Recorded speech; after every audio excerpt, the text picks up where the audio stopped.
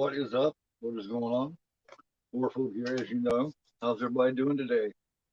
Welcome very much to Sunday afternoon matinee.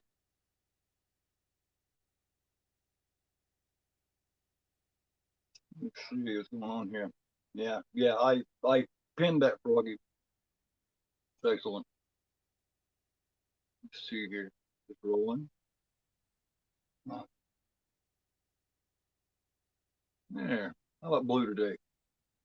How does blue look?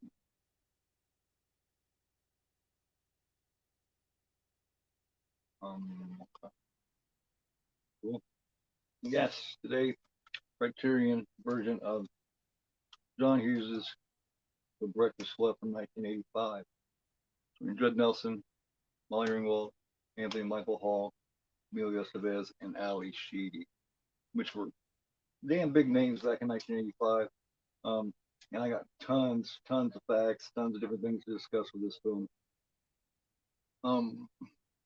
Just little differences in the way things are today and the way they were then. Differences, or I guess I'd say the non-differences, how things are still the same today as they were then. Because you hear every older generation talking about, when I was a kid, or the kids in my day were like, bottom line of it is, man, is teenagers are teenagers. You know, the basic, what they're made of, their likes, their dislikes, their concerns, their insecurities, it all boils down to the same thing. What we instill in them and what we put in them is what they take with them, especially when they're young, just coming into adolescence and early teens. And, someone goes to show that you got to be careful what you do with your kids and what you teach them and what you show them, because you don't want to alter the person that they could be and turn them into something that they don't want to be. So just little things like that. So other than that, I'll hold on here a minute. We'll see who comes, see who goes, see what's going on here. I'll get into some trivia and all that stuff here in just a little bit. Opening day, it's opening day in the NFL. Hopefully that hasn't affected anybody, because this film is a really, really, really kick-ass movie, and this is one that I completely believe in. So this is like my day per week where I do this, where I go non-horror and I share with everybody what made me love film just in general, not just horror, but all film. I'm completely in love with film just in general. Horror, yeah, horror is my thing, but I love all films. It's like, let me see, next Sunday, yeah, yeah, like next Sunday I'm gonna do Fargo, and the Sunday after that I plan on doing American History X, and then sometime in the future after that I'm gonna do the Sunday show. I want to do Class 1984. I want to do New Jack City. I want to do Boys in the Hood. I want to do Bully, Snatch, Boogie Nights. I want to do all these on Sundays, because I don't know. I could not live with just horror alone. I'd have that one day where I can share with everybody what really made me love film besides the horror. But if anyone comes along here and they wish to join me, put I put it up there. I put it up there again.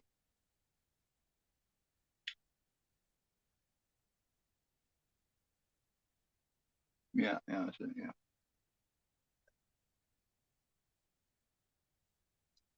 Yeah. Go one more time. It is free on lookmovie.com. I don't know about anywhere else, but you can get it free with no ads over there. So it is on there. Just go there and hit that, put that in there. So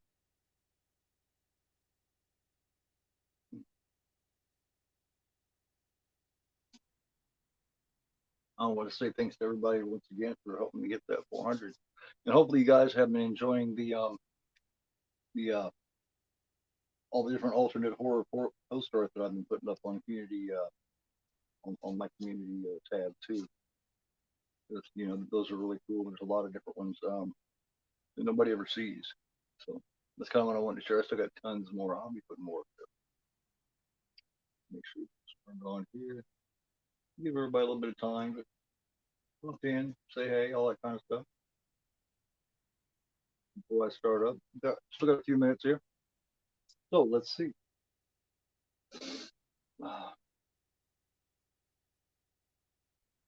This school that this was shot in was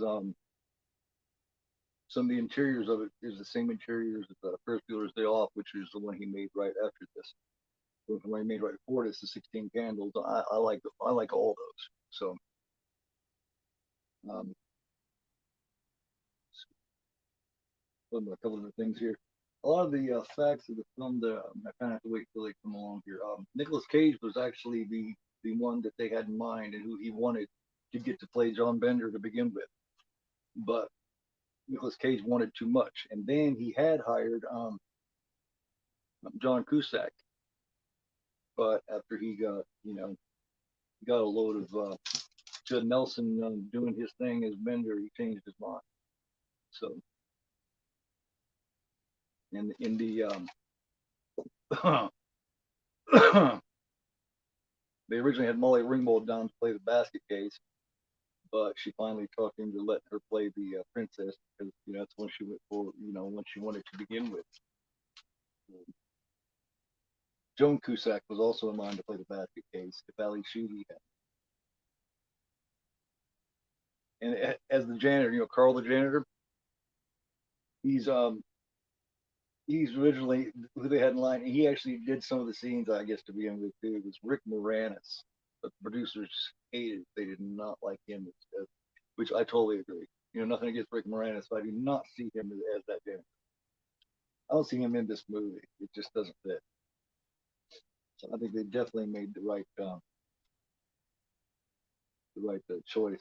And the principal that is played by Paul Gleason, great Paul Gleason. He's gone now, I do believe. He was based on um, Hughes's wrestling coach in high school, and I guess he was kind of a dick that way. I guess years later, Hughes seen him, and he asked. They were talking about the movie, and he told him he was based it on him, and I guess his coach said, "Yeah, I like the film, and all this." But I guess he was still a dickhead. So yeah, got I guess some really good Judd Nelson stuff. Like he almost got fired staying in character. He was practicing some some and he was bullying the cast. And I guess he even fucked with Molly Ringwald, or either her mom or dad was blind. He was fucking with them and he was bullying her about it. And I guess because he was staying, he was doing method acting. And he was staying in character. So John Hughes almost fired him. I guess Paul Gleason, who plays the principal. So I don't want to say, he just method acted. He just getting into character. And John Hughes swore that he would never work with Judd Nelson again, and he didn't. His Molly Ringwald didn't either. So they did not like each other. And even Molly Ringwald and Anthony Michael Hall had a falling out with John Hughes later too, because they stopped wanting to play the teen roles. They stopped wanting to do those kind of movies. And I guess it pissed him off. But I mean, it comes to a certain age where you just can't play a teenager anymore. I don't see why anybody would get pissy about that. But I guess he did. I don't know. Let's see. Um,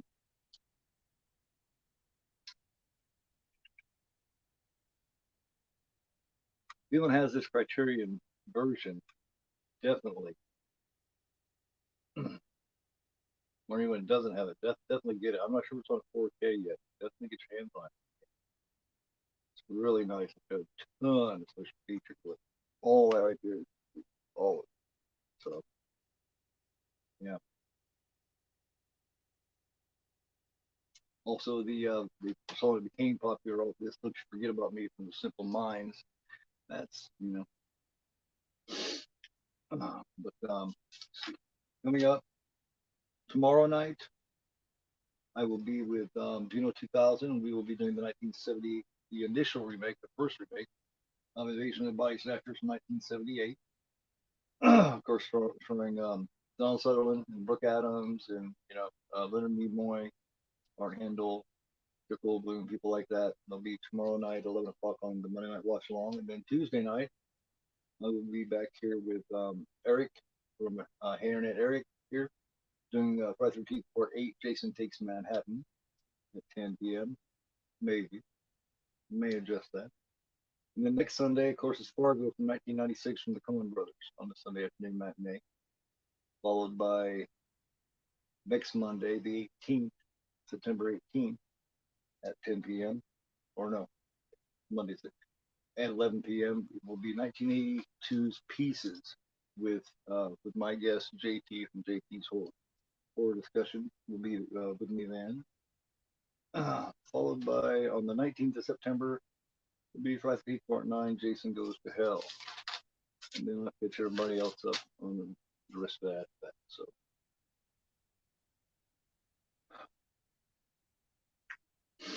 Let's see. A couple more minutes here, and I'm going to move along with it.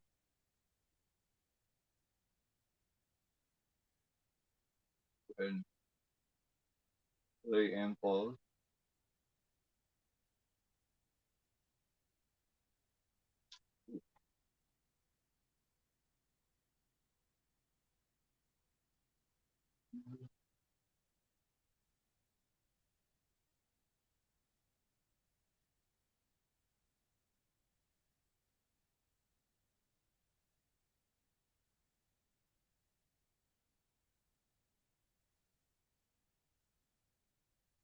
It's disappointing that more people aren't interested in the Breakfast Club. That's crazy.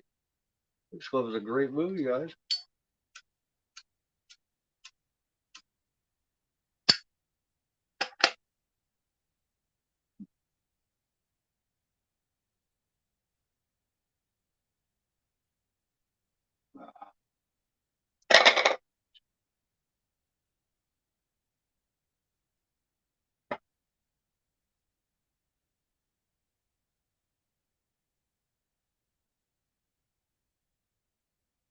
Let me check something real quick.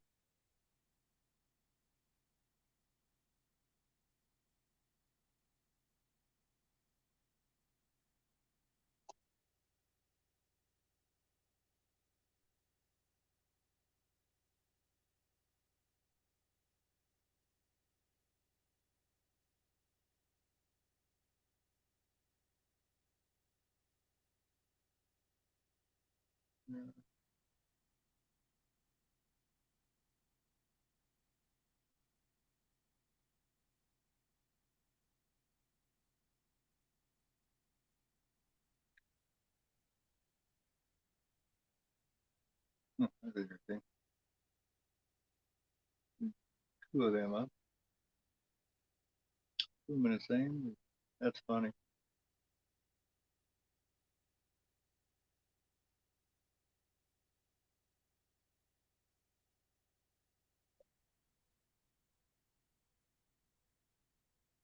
Uh,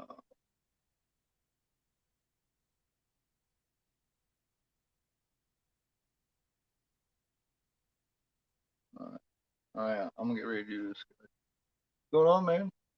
Yeah, it sure is, man. Well, I'm not sure if you're a dude or a chick or what, man. Froggy. I'm assuming you're a dude, right? Get back over here real quick.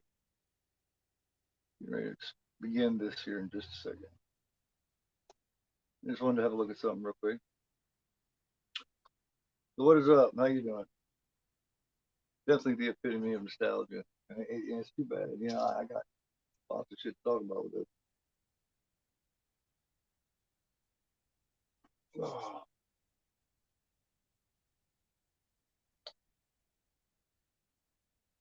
oh.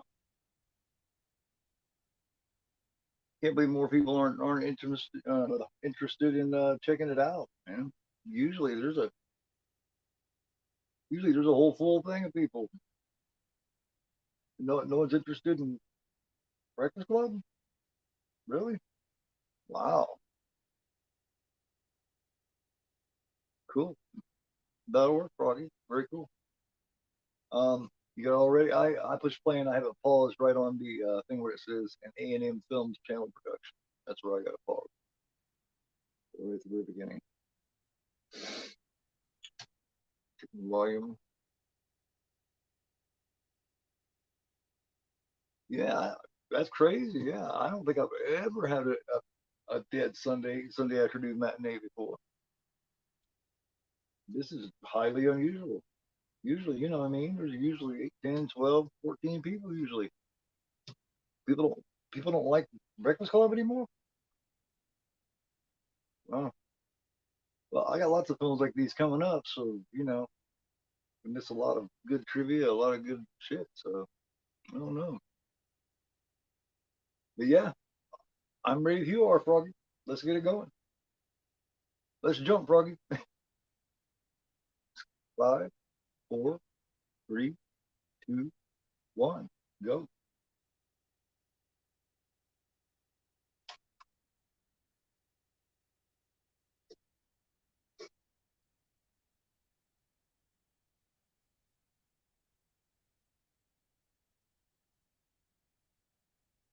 Yeah, I don't know if you was here and heard a lot of stuff that I was saying about Judd Nelson and everything about being fired. Yeah. Hey, what's going on, Joseph? How you doing, man? You a Breakfast Club fan, Joseph? Yeah. You know, I've heard that from a lot of people, but I guess they just don't. I guess they just don't give a shit about Breakfast Club, or I don't know about. Do you like the Breakfast Club? That's all I was asking you, man. The uh the link is right here. I can give it to you again, man. I can paste it up here as many times as I need to. Check it out, man. If you don't have it, it's right there.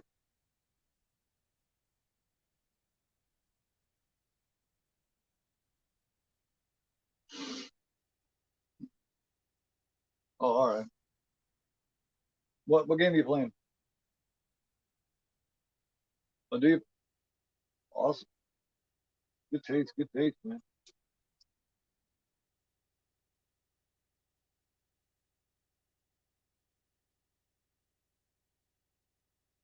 Yeah, so about this high school here, some of the interior shots are the same ones that were shot with which was shot with Ferris Bueller, which is the one that came on the one he did prior to this one.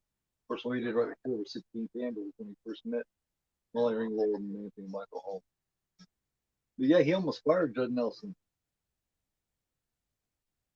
because he was in character the whole time. He was bullying Molly Ringwald. I think it's her mom, or blind mom, or either her mom or her dad was blind. And he messed with her about that. He was bullying him, and John Hughes wanted to fire. I guess told Lisa, and that plays the French school, was like, no, just get in character, man. You just, but he swore he would never work with him again because he was going to make a Breakfast Club once every 10 years and just kind of, the Breakfast Club getting back together. He was going to, you know what I mean, do that, in 95. And of course, he died a few years back, but, he was going to do them every 10 years. But since he since he said he would never work with Judd Nelson again, and he had falling out with Molly Ringwald and Nancy Michael Hall, of course, it didn't happen. As Molly Ringwald never did a movie with Judd Nelson again either. It's just too much for Marvel. Yeah, pretty good, man. Pretty good. How's your day been going, Joseph? Well, yeah, yeah. It's probably my least favorite of the three, too. For to be honest with you, I like Ferris Bueller. Don't get me wrong, but it just, you know what I mean. It doesn't. To me, it doesn't have the rewatchability that this these That's actually Anthony Michael Hall's mom and little sister. That's actually his mom and little sister there in the car with him dropping him off. Good, Joseph. Glad to hear it. But yeah, it's actually his mom and little sister. And you can see the mom going, "You better find a way to study, Mister." And she's acting just like a little sister. She's like, "Yeah," she's dreaming mom. That's such a horrible message to send to him. Basically telling him the crime isn't the crime. The crime is that you got caught. That's a horrible, horrible thing to instill into kids. And what I'm going to talk about a lot with this film is, I was 12 when this movie came out. I was actually 13 when I first seen it. Um, and back then, it was a lot like this. Each group were separated. You didn't have now everybody just kind of fuck around with everybody. It seems like, but it wasn't like that then. If he was a geek, he was a geek. If he was a, they called him a criminal, but in my time they called him a hood. And back in the day, like the outsiders, he'd been a greaser. But you wouldn't have seen him hanging out and bullshitting with the preppy or the jocks, and you know what I mean. You would see especially from the preppy and jock point of view, you know what I mean. A lot of them were, you know what I mean. A lot of them were kind of conceited and snobby. So in that fact, just in that way is the only way this film has an. That's the only way. Other than that, is a very the '90s is what changed all the separating of the different groups and all the cliques or whatever. But back then, that's how it was. It's accurate. I think a lot of young people now would watch this film and they would feel like it wasn't realistic. But they got to think, damn near 40 years ago, it was. This guy plays such a dickhead principal. He basically just hates them because they're young. He's not.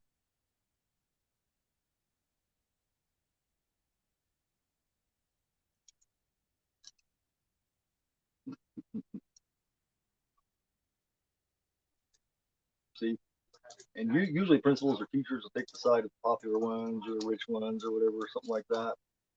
But he don't like any of them because they're all young and he hates them all.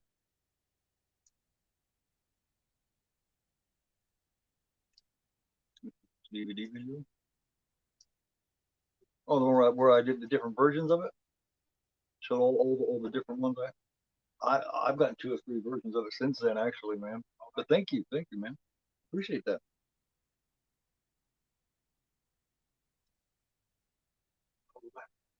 And hopefully you guys like all the alternate horror artwork that I spent those couple of days just tossing up there. I still got a bunch more of them. Bunch more of them.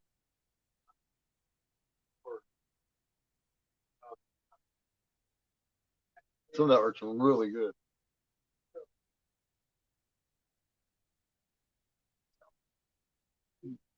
Besides, I'm not even want to keep everything.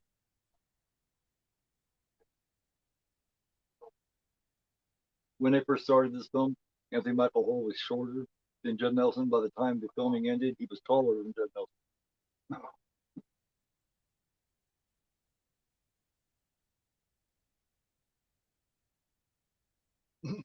Very millimeter rate is wardrobe.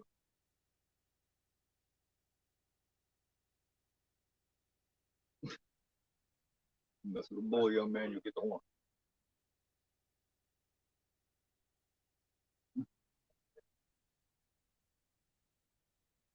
Well, it's coming about October, man. I'm be doing lots of them. I haven't seen Halloween 4 in many years, but if you're interested, I can do a Halloween 4 watch with you if you want, man.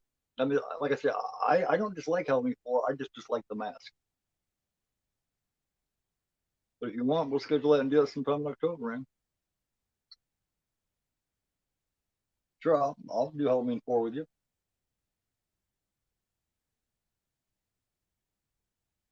Either on my channel or yours. It doesn't matter to me, man.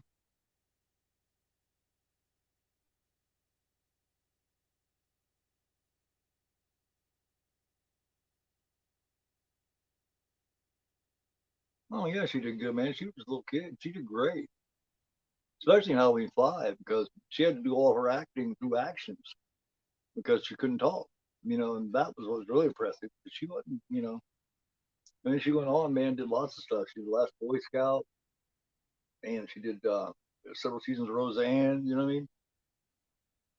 Man, don't matter to me, Joseph. We'll figure it out, whichever one. Don't matter. You want to schedule it? I'll do it on your channel if you want, or you can come over here. It's up to you, man. Up to you.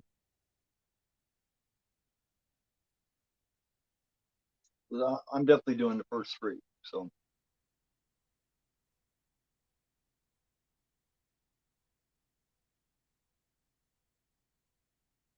matter of fact, JT and I are discussing maybe the last week, that whole week there before Halloween, right leading up to Halloween Day, doing all kinds of different things about the original Halloween and stuff like that. Because JT and I are both huge Halloween '78 fans. So, matter of fact, here's the new stuff. Sure, I got.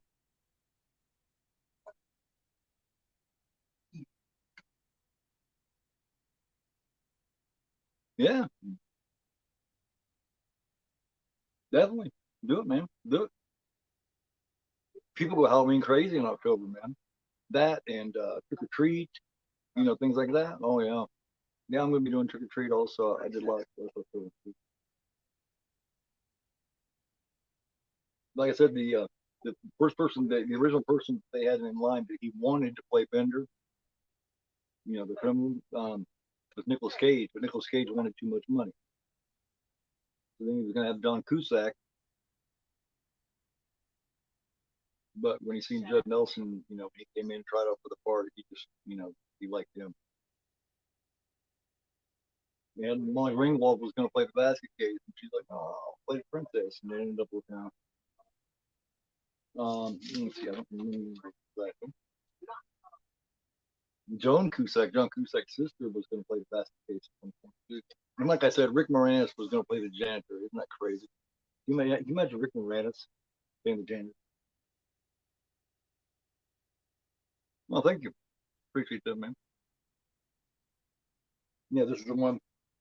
See, it's cut back Linda's head right here as she's looking. This shirt's called "See Thing You Like."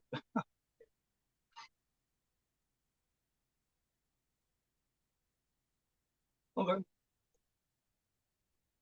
that'll work, man. Yeah, no problem, Dustin. Yeah, we'll do Halloween 4 one night.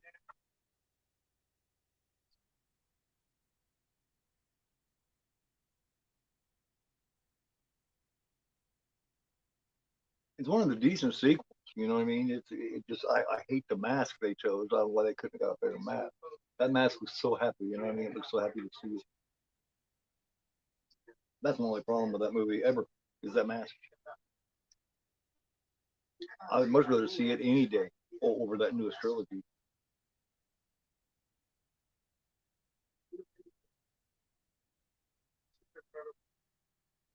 Yeah,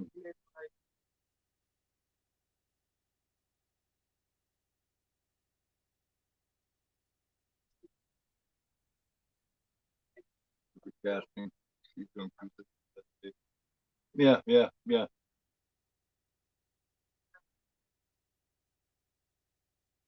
All right, man. Have a good one, Joseph.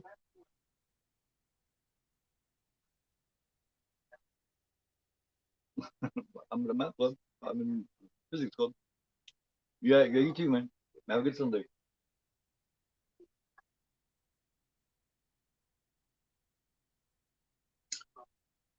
This is also opening day, and I hadn't thought about this, Froggy, but this is also opening day in the NFL, and the first game of the season. Well, besides the one Thursday, first game of the season started at one Eastern time. So that could have a bearing on it too. Football's opening day is more important to Breakfast Club, I guess. But I'm gonna watch the games later with my son when he gets back from his mom. This is the weekend he spends with his mom, so I'm just getting late start on it. But I'm waiting to watch any until he gets. Plus, every Sunday at 1 o'clock, this is what I do. I do the matinee for everybody. Usually, everybody likes it a lot. But very appreciative that you're here, man. Very appreciative that you're here, boy. I wish younger people would give this movie, would watch this. And, I guarantee you they'd like it. Guarantee. No, no, he gets dressed up here and they're hot.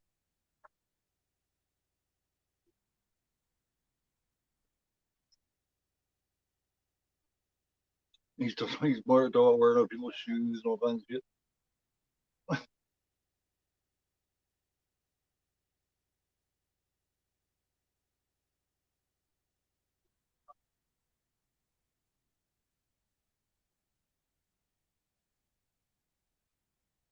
I'm missing wrestling meat.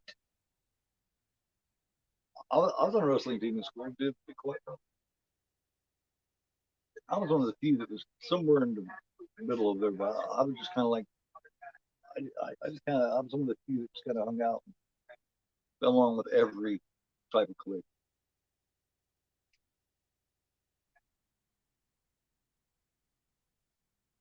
At one point, I was along the research kind. I'll admit it.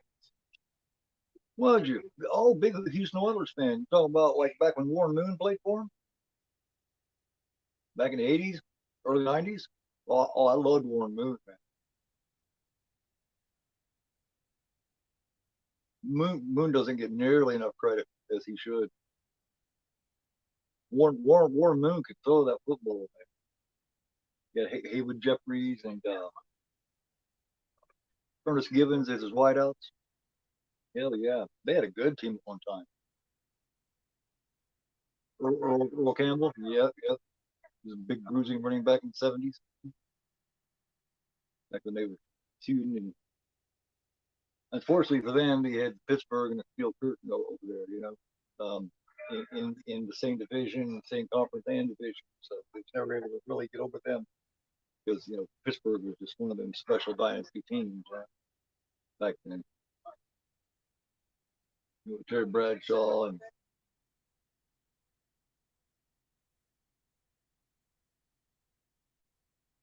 all them people. Yeah. Oh yeah.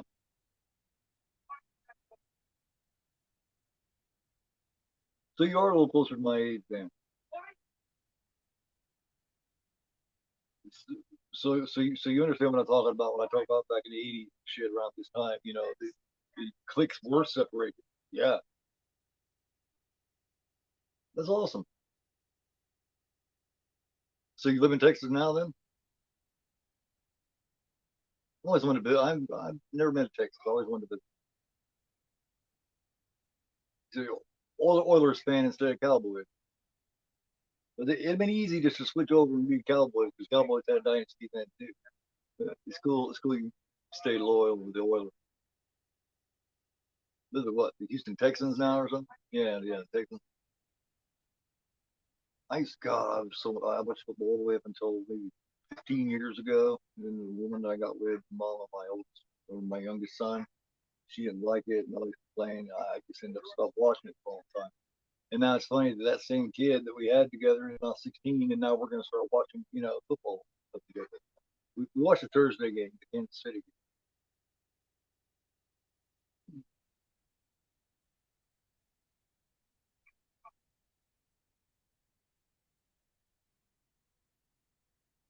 One of the producers on this, I guess, was talking to Judd Nelson, and he told me be careful with that, with that method acting, not to get too stressed out. And this is before anyone knew that Emilio Estevez's dad was Martin Sheen, right? Well, he mentioned the fact, and he was talking about how Martin Sheen had a heart attack while playing Apocalypse Now because of method acting. He got too stressed out and ended up having a heart attack. And he mentioned that on the set with Emilio Estevez there. Like I said, this is before they knew that was his dad. And then I guess somebody brought to light that, hey, that's his dad. And he's like, oh man, I'm sorry, I didn't mean to talk about that. So I thought that was interesting.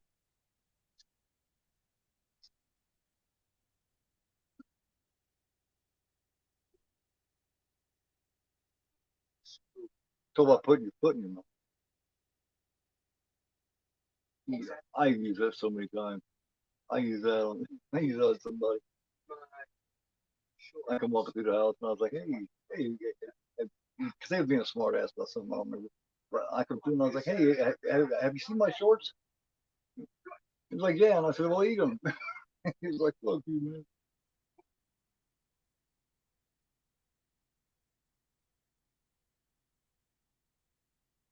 That's the most fucked up thing to say to somebody, eat my shorts.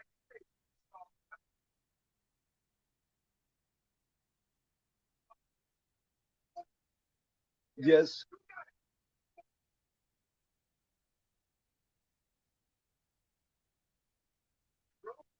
not even close.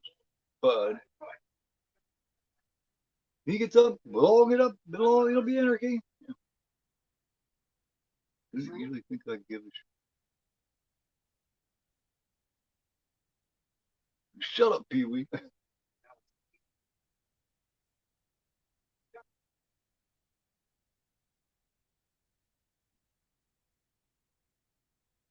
He gives him the horn hands too much. And he loves it too. He loves it. This is what you don't do as an authority figure. You don't look there and you don't do all this and say all this shit in front of the other students. Like when he tells him, like we sit there and says, you think he's funny? I'll tell you what's funny. Go visit John Bender in 5 years. You see how funny he is. You know what I mean? That's just you don't do that in front of. It's just like being in a job. Your boss should never jump you in front of the other workers.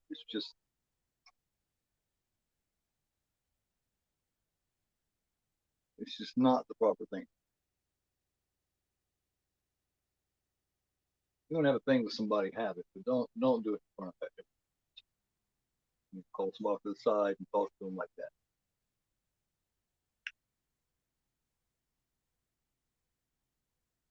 Boys had a little thing with that. You know, it's not a conversation you have in front of everybody. I was at a job years back, and my boss, something I don't know, my boss decided to rip my ass in front of everybody. In front of a couple of the other people that worked there and shit. Didn't even work in the same spot I did. I was working at Comfort Suites as a mate, and right in front of the desk clerk, talking, and I was like, okay, well that's fine, but with all due respect, this is a conversation we could have had just between you and I. We didn't have to do it in front of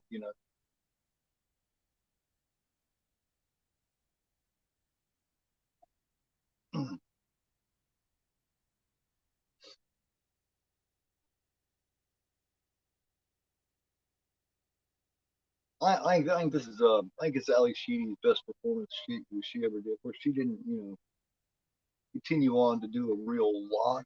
I mean, but she did some. But she did what Short Circuit. She was in Cinema's Fire. She did a couple things, little things like that and stuff.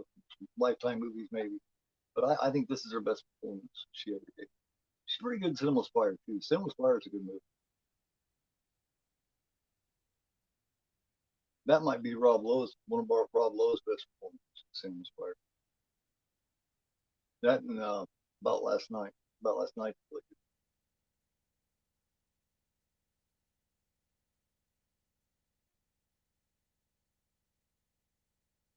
There's deleted scenes of this when they go to the bathroom. Those are interesting. There's like an hour's worth of deleted scenes. This was originally going to be like 2.5 hours long, I guess. They cut it and edited it down to 97 minutes.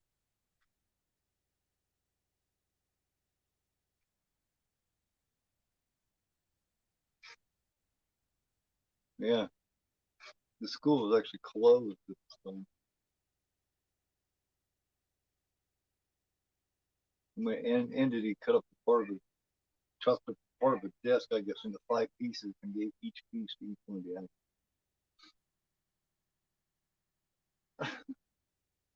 I love his work.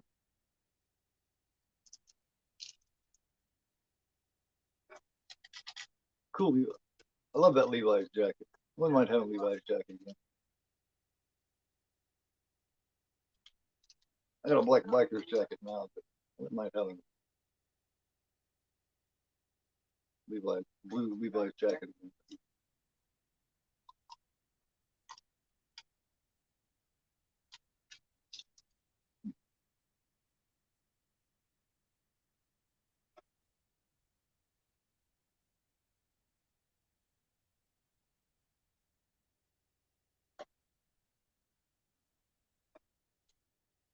Got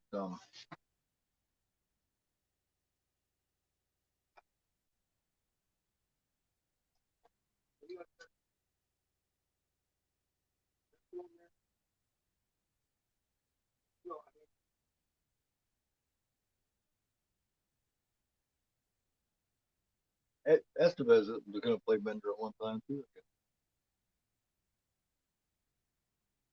I guess that's the one he wanted, but Hughes wanted him as the job.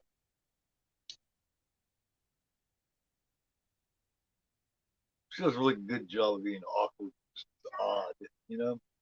They wouldn't call her the basket case when I went to school.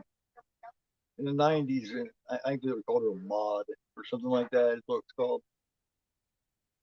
They wear all blacks and all white and shit. You're an idiot. Anyway.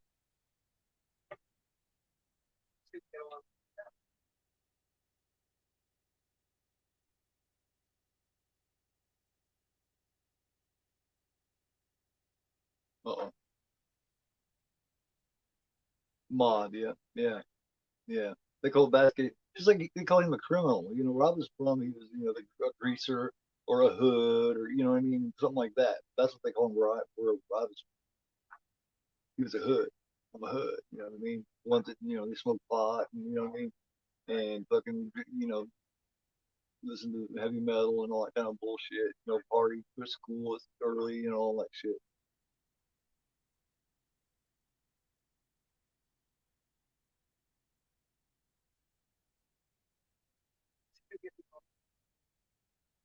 Neo Maxi Zoom Dweeby. What the fuck is Neo Maxi Zoom Dweeby? That's a word I've heard a while. Dweeb. Oh, it's the freaks or the right. Yeah, we what I mean. We had all the fucking yeah, grow hair long and yeah, I'm going long again in a long time, but yeah,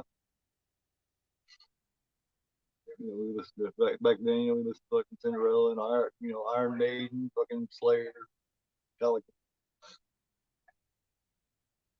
Metallica was still underground at this time. This is when all the what they call the hair bands were starting to come out. I don't like that term. I don't like that term hair metal because not all of them were hair metal. Just because they had hair doesn't, you know what I mean? I always look at that as a derogatory term.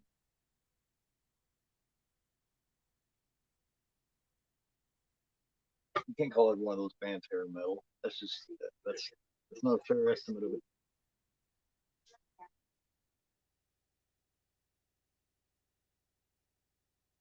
Molly Ringwald at one time was cute. You know what I mean? She really was. And then she got odd. She's like 16 in this though. Her and Anthony Michael Hall are only 16 in this. The rest of them are like in their 20s.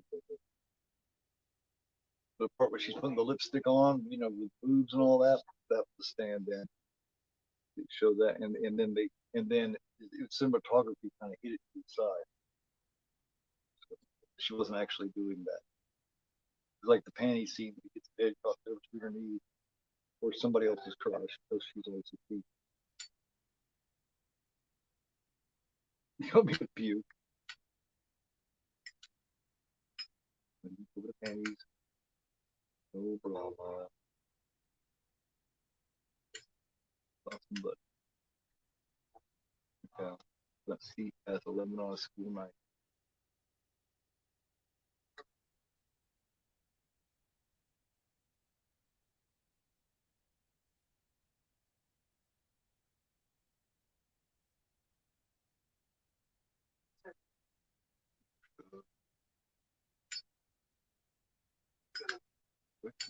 Answer the question. Yeah. You gonna make me? Yeah, here it is. You and how many of your friends?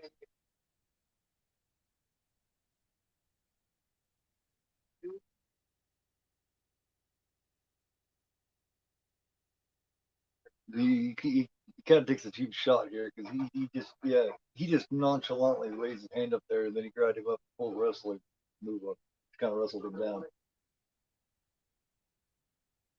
He's not really trying to fight with him. He's just trying to antagonize him and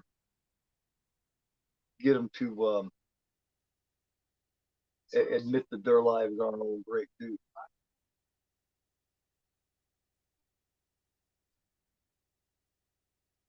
Do you believe the story that he tells about his dad and the cigar, that cigar burn? Do you believe the whole story, or do you think he put it on just a little bit?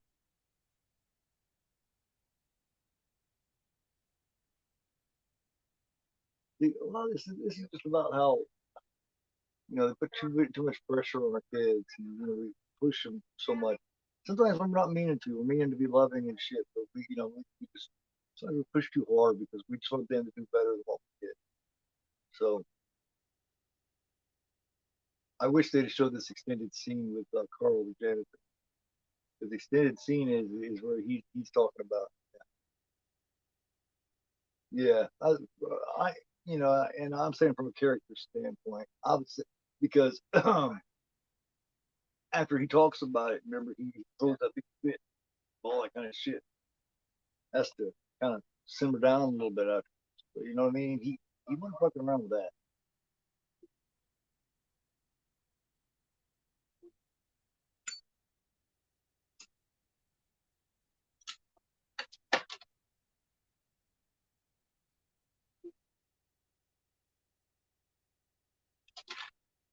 This movie was all shot in sequence too, so scene after scene. You know what I mean? It was all shot in sequence.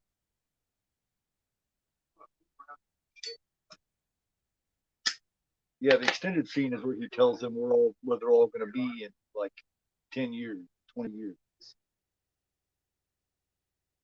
That's one scene I wish they had definitely let the whole scene. But it's on the Criterion. You probably seen.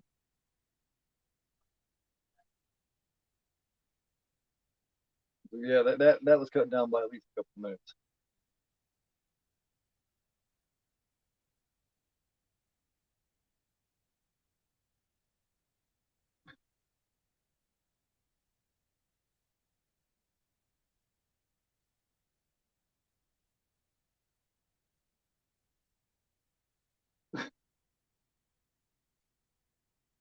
They'll basically come in here different, and then by the time they leave, they realize how much the same they are. Even though they got different cliques, different groups, they dress differently. They live differently. They each got they each mad at their parents, got problems with their parents, but it's all in a different way. But they leave understanding. You know what I mean? That they are the same. Yeah, yeah.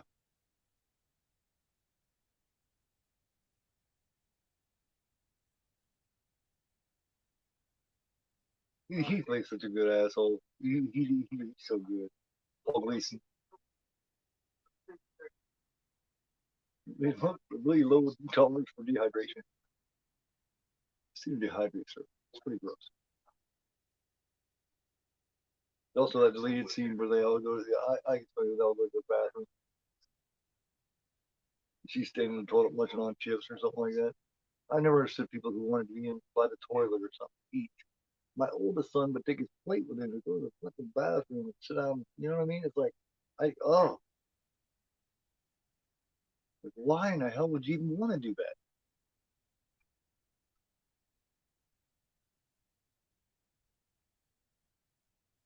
I don't know. I just can't see Moranis as Carl. I just can't see it. I mean, he definitely would have gave a comic side of it. That's for sure. It would definitely been much funnier. I like who they picked as Carl, but I don't know Rick Moranis. I don't know. It would have been interesting to see Nicolas Cage as This Bender though. That would have been John Cusack. Nah, not so much. I mean, he could have done it. John Cusack can do anything. But and if you've seen his role in the Paperboy, you definitely know that's true.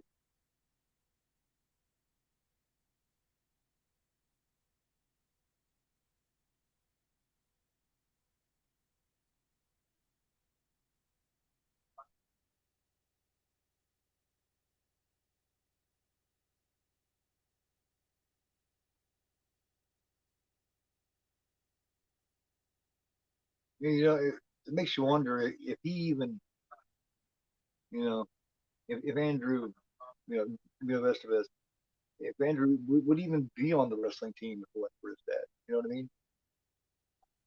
Oh yeah, Cage would have, especially back then. Nicolas Cage took his acting a lot more seriously back then, because this is right around the time or right after he made Valley Girl. That was an interesting role for him. You know, and many people have seen Valley, but it's pretty good. Nicolas Cage. I liked his acting early on much, but maybe in Las Vegas, shit like that.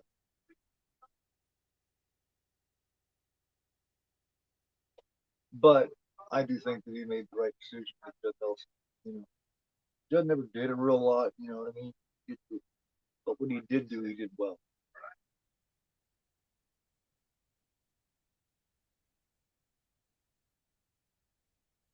I think it's funny how he plays complete opposite in Sam Spire. He's the he's the politician. He's the one that he's the most popular one, the one it's gonna accomplish shit. As in contrast to this character, Bender. Yeah, you and he are currently riding the hobby horse.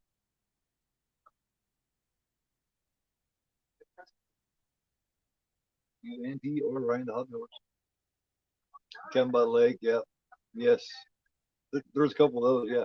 He also did a serial killer show where he played called Relentless, where he was where he played a serial killer.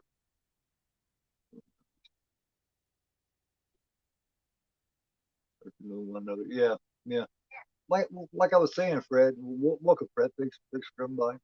By the way, yeah, that's they basically even though that they are from different social groups and all that kind of stuff, that they're when it comes right down to it, they're all in the same place in their life. You know,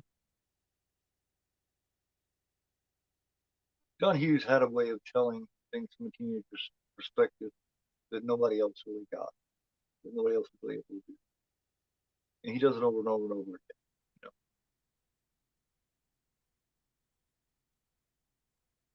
this movie kind of takes you on a roller coaster of that, the different emotions, the different feelings.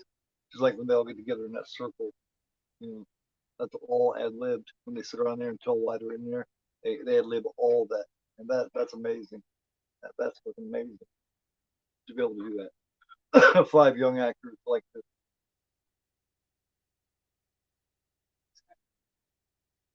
Sushi, rice, raw fish, and seaweed.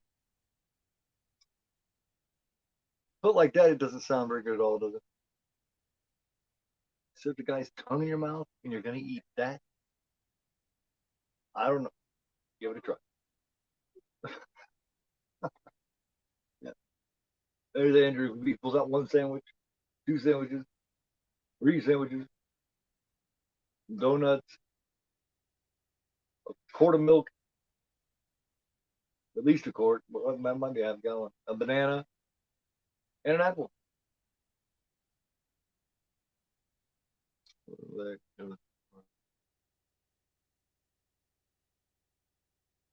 Um,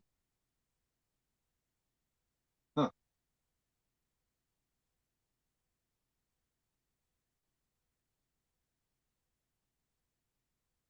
You guys remember Judd Nelson's role in another one I like him in is New Jack City, where he plays Ice T's partner. Really good in that too. Character's a little underrated in that movie, I think.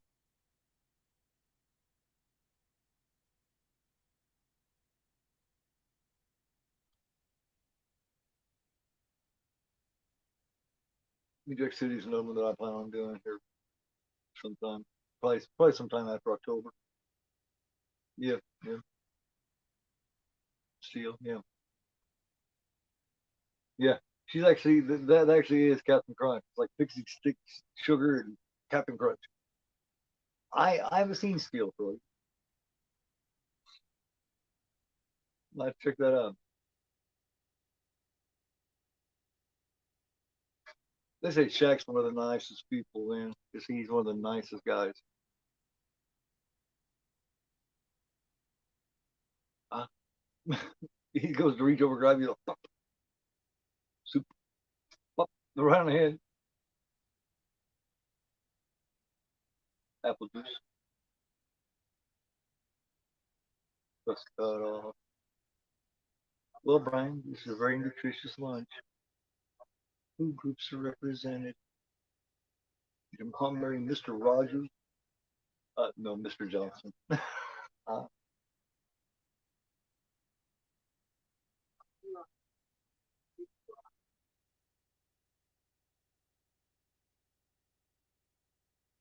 he's basically serving as the entertainment right now. Yeah, Dad. Great, Dad. How's yours?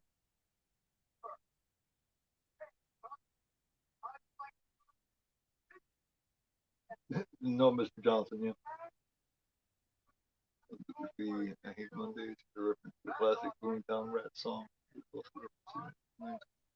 Wow. Yeah. That's probably the first recorded one, isn't it, Fred? School shooting. I remember when I went to school, you didn't have to go through my own metal detectors or nothing. And I wasn't from a small ass town either. I have homework to do. That's okay, son. You can do it on the boat. Gee.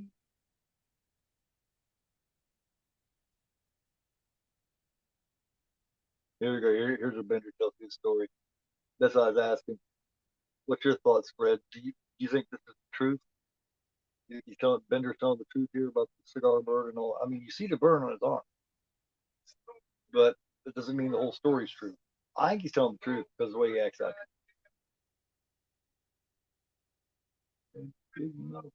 And then he makes it sound like his mom steps in and says, "You forgot ugly, lazy, and disrespectful." Jesus, I hope his mom didn't come in and say that kind of shit. That's awful. If that's the kind of shit he's hearing at home. For his mom to step in and fucking talk about he's ugly and lazy and disrespectful. Lazy and disrespectful is one thing, but to step in and call your son ugly,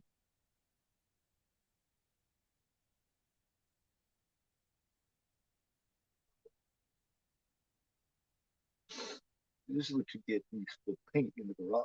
Do I stutter? And he runs all pissed off, man. I get on the truth. So from a character standpoint, it's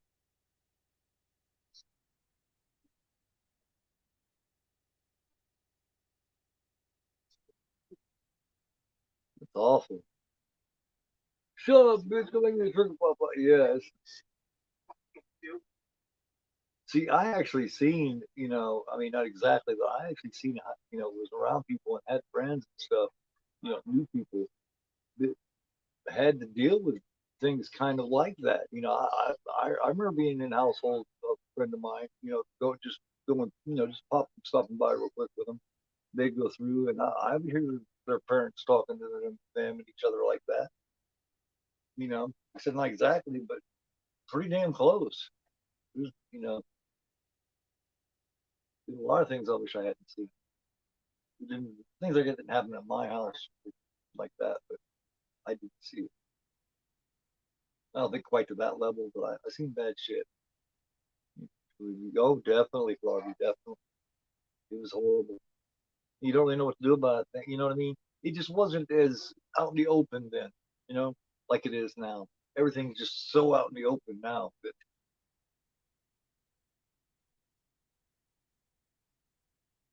you know, I can remember seeing that, and when you're that age, or even at 13, 14 or whatever, you know, you know, you know how wrong it is, and you feel for them. You're like, oh my God, you know, you know, it makes you appreciate where you come from. Hey, Eric, what's going on, man? Does Barry Manilow know that you raped his wardrobe? Yeah. How you doing, man? How's it going?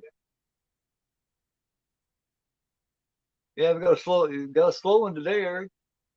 Just me and Froggy mainly. Fred jumped in here a minute ago.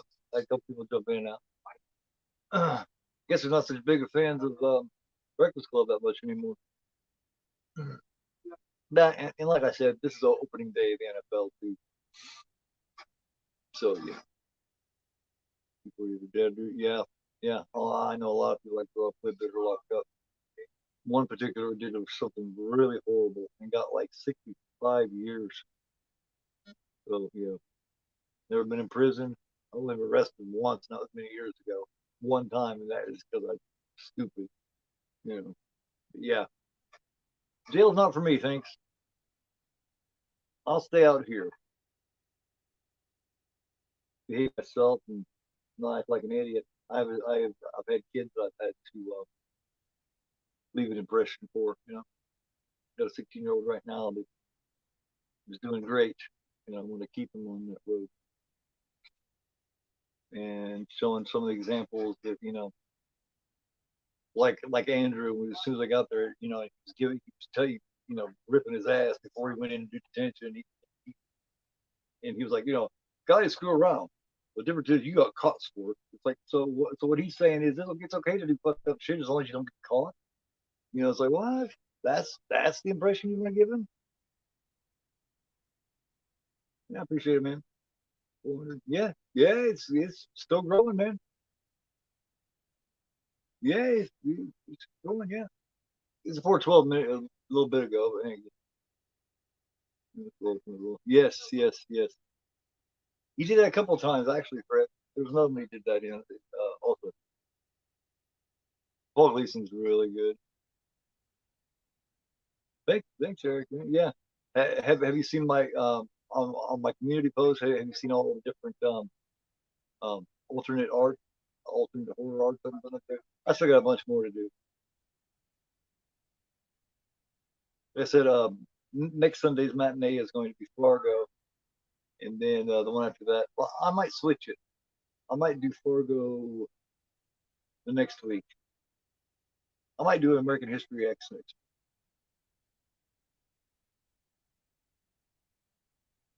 Yeah, they are. They are. They. No one will even nominate me for Logie. They won't, man. Everyone that wins it, they don't nominate me, man. The only thing I ever got nominated for was YouTube Entertainer of the Month, and I kicked everybody's ass in the voting of that one. It was like there wasn't anybody within 6, 8, or 10 of them, you know. But I will never be nominated for that, man. But I don't see myself ever getting it. Yeah, yeah, I know. Yeah, I know. I was thinking about one by one, putting some of those ones that are really cool in a bigger picture so you can really see them. So yeah, well, yeah, I know, Eric, man, but you know, you know, and not to disparage anybody or say anything about anybody, but some of the people that's been nominated aren't even horror tubers. You know what I mean? They're just YouTubers. You know, and you know, so some people nominated, I look at and go, what? It's basically what that is friends nominating friends. That's the way that happens. That's the way that works. And unless you're, their good buddy or just whatever, it's just not going to happen. You know, basically kept in that circle, which is fine. That's fine. And if they nominate me, great. If they nominate me, I'll win. And I think they know that. Uh, it's funny how I was nominated YouTube Entertainer and won, but never been nominated as horror. Too. Not even a nomination though. Whatever. What if you're dope? It's not right.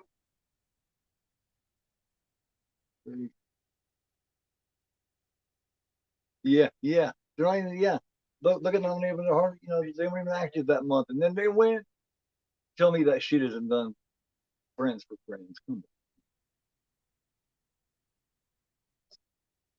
Just kind of how it is. That's what I do. See, that's so unnecessary. You know, as a teacher and a 40 figure, you never do that in front of the other students. You know, come out there and say, you'll see what's funny. You go visit him in 5 years, you'll see how funny he is. I'm gonna lose and shit in front of his fellow students. Fucking humiliated. It's just, yeah. I mean, you'd expect. I mean, this guy's the principal of the school, and that's how he acts. Oh, this part right here when he takes him when he's taking him off to put him in that room by himself. When he kind of flinches at him like he's gonna hit him. When Judd Nelson flinches, that's real. He actually flinched. So that's when he says you're threatening me. Now Bender's not coming back at him going, hey, I'm gonna kick your ass because you threatened me. Bender cannot believe that this principal is actually threatening to beat his ass. See, one day, blah blah blah blah, years down the line, I'm gonna knock your dick in the dirt. See, he's shocked. He's like, are you threatening me? He can't believe that this adult is threatening him. All right, Eric, take it easy, man. Thanks for stopping by, brother. Much love to you, man. As always, brother. Have a great day. Tell the wife and daughter Gore says hello. Gore says yo.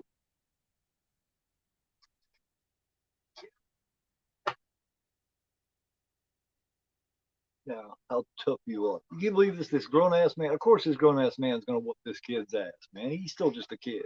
He might act tough, but he's still just a kid. He'll threaten to beat this kid's ass. What kind of fucking man is this? He wants to punch him so bad, but he knows what happened. He knows the dude just hit him back and the whole police on him. That's all that would happen there. He's just getting even more trouble. And then the dude probably hit him. Say, well, I was defending myself. That's why he wanted to throw on him. That's why he was like, please, I'm begging you, because he wanted to call the police on him, and he wanted to fucking hit him back, and say it was self defense. Basically bullying this kid. Think of this is a grown ass man. He's not old yet, and you got Bender, what, 16 years old. If you can't whoop the 16-year-old's ass, something's wrong.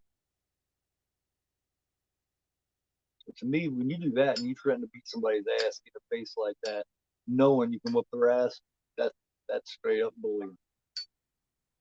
Anytime you get along with somebody like that and you know you can take them, that's bullying.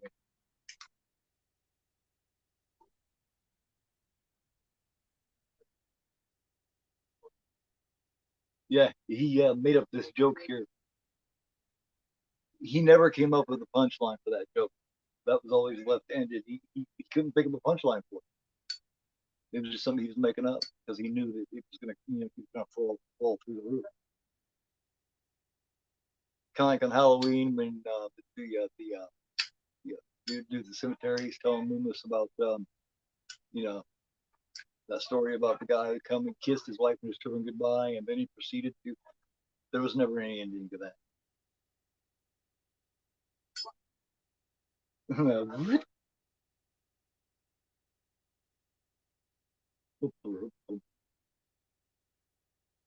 What is it? What what is that? What is that noise? Yeah, that's not Molly Ringwald's crotch. It's funny how you know what I mean? There's all so different, but yet to the um to the principal, they cover for each other. You know, they it's just funny. They're right there, they're covering for him because they don't want him to get in trouble. Yet it seems like they really don't like each other. But when it comes to taking on the adults, they're a unit, they're a team.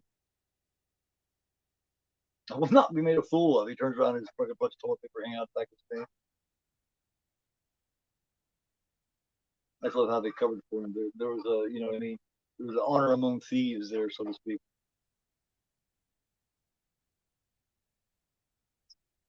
Soon.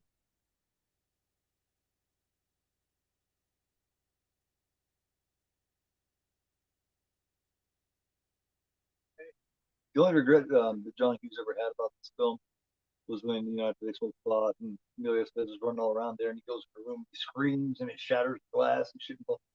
He regretted that part. He wished he had put that part in the movie, which I can kind of see why. It's a little unrealistic, you know. Um, they all would have been in so much trouble over that if he'd have went in there and that shit would have been glass had been busted and shit. He'd have called the cops on the kids in a minute. And I think that's why Hughes didn't like it. It was in there after all.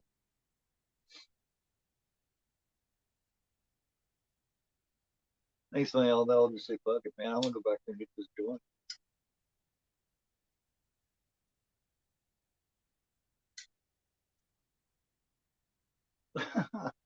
Even the brains is there. Like, I'm gonna go back to the flag.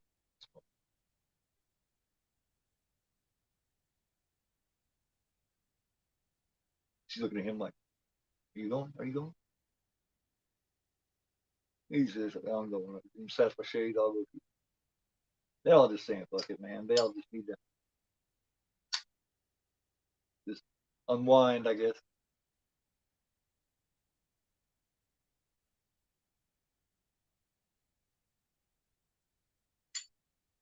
The chicks cannot hold the smoke. That's what it is. That comes from a Richard Pryor stand up. That impression he does. That's Richard Pryor.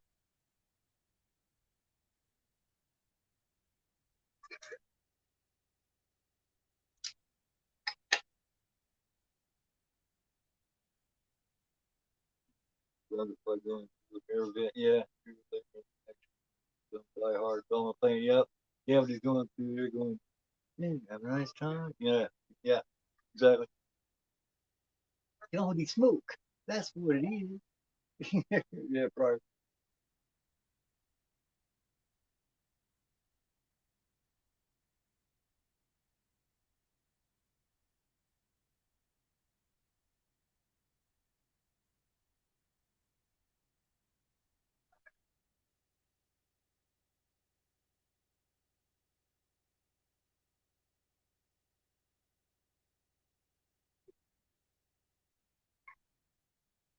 Hey, how you doing, man? How's it going?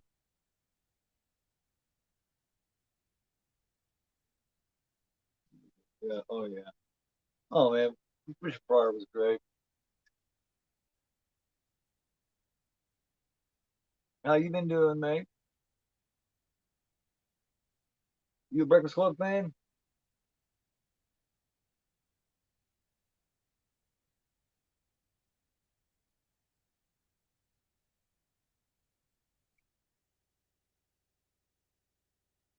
Yeah, just enjoying a.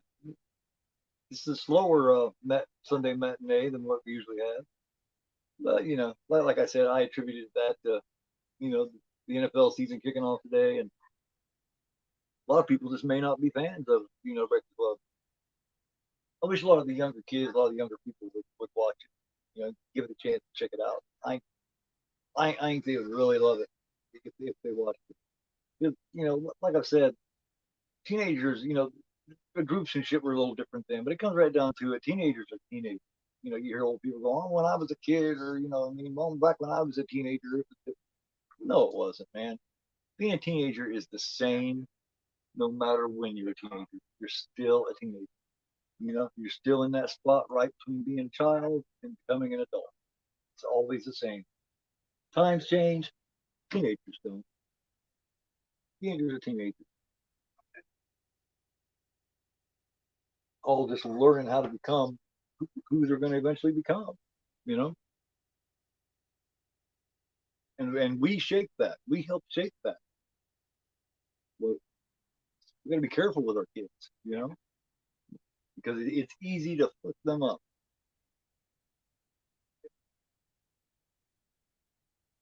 And just because somebody fucked you up is no excuse to fuck your own up. You got to keep that in mind. It's hard, man. It's hard being a parent. It's hard being a teenager. I still remember like it's yesterday being a teenager. It's a long time ago, but I remember.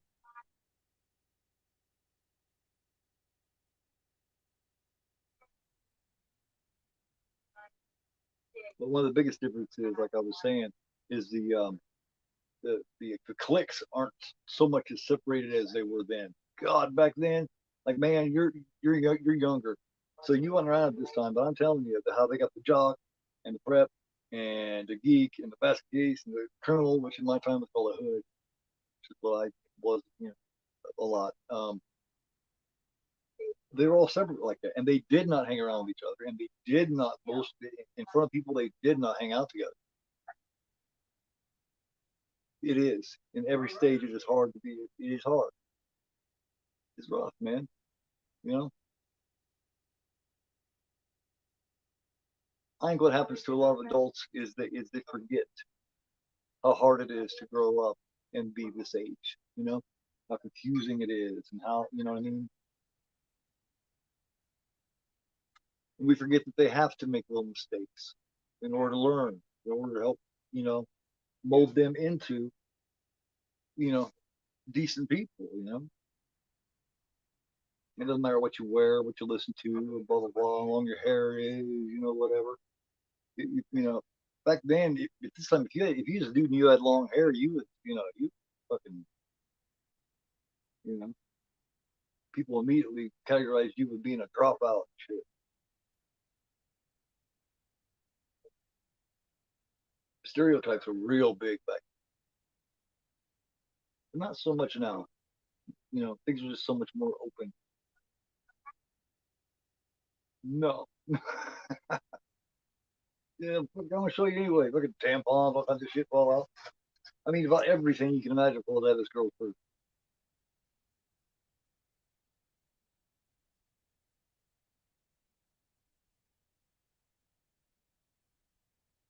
He took his thick ID. He's like, well, why got a thick ID? He said, "Well, so I can vote." That was ad lib too. He ad libbed that. The conversation they have, they're sitting in a circle, they're all talking about why they're in there and shit. I cannot believe all five of these kids ad libbed that. That is so nice. That is such good work.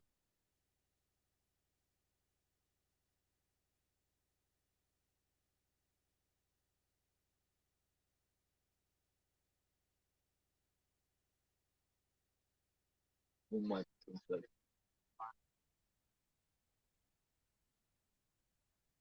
You could have things perfect, all the way perfect for a teenager, and they would still be restless and unsatisfied. They just are. You know, you can only make shit so good, be so understanding. You know what I mean? They're still gonna feel, they're still gonna feel how they feel. They're just learning how to get by in the world. Just like it doesn't change that much as an adult. We spend the rest of our lives just figuring out how to be, just how to be in the world and you know, how to get along the best way.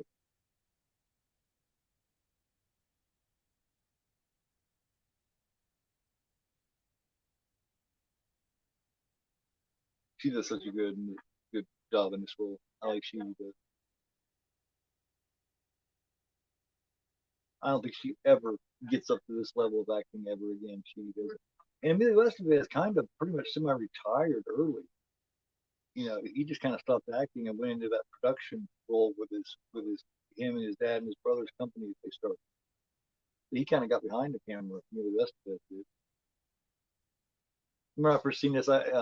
Most people didn't know that he was Martin Sheen's son yet, and I kept thinking, God, he reminds me of somebody. Looks like somebody. And then I found out Martin Sheen was his dad, and I was like, yep, that's it. Even his voice got a sound to it, shaped like any short.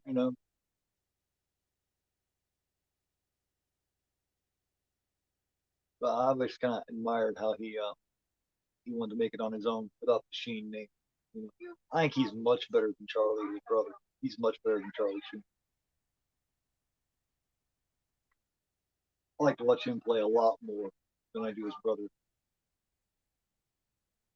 He's just he's just better.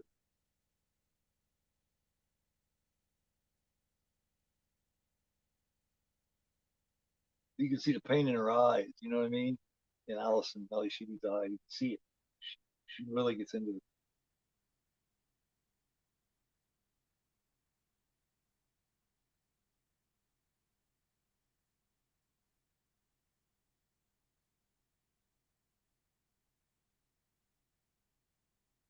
No, he sure didn't, did he?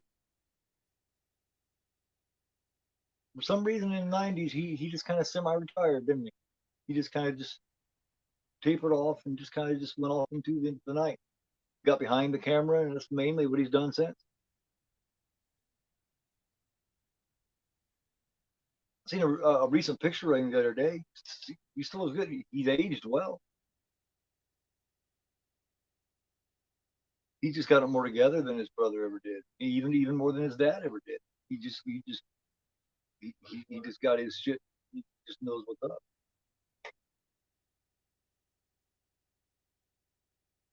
He was in the confidential file, huh? And he's like, yeah, well, Carl, this would be really embarrassing all the time. And he's like, what can I do for you? Blah blah blah. Basically to keep quiet. And he's like, $50. He's like, huh? $50. In other words, no, I'm blackmailing you. Yep, kids haven't changed, you have. Exactly. It's like I was saying, the kids haven't changed. We do. You know, I think one of the biggest problems is us as adults. Forget that they're people too. You know, and their problems aren't. May not be as big as ours, but it sure seems like it. When you're a teenager, God, your problems seem huge when you're a teenager.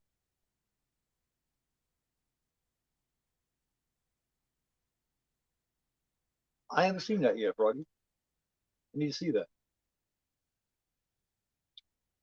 The production company also made that Letters from Death Row or something like that, where Brett Michaels from Poison. Remember, he shaves his head and he plays a psychopath that's on death row. Have you ever seen that one? Yeah, it stars Brett Michaels from Poison. His head shaved and everything. He plays a maniac. It's something from Death Row or some shit. Can't remember exactly what's called.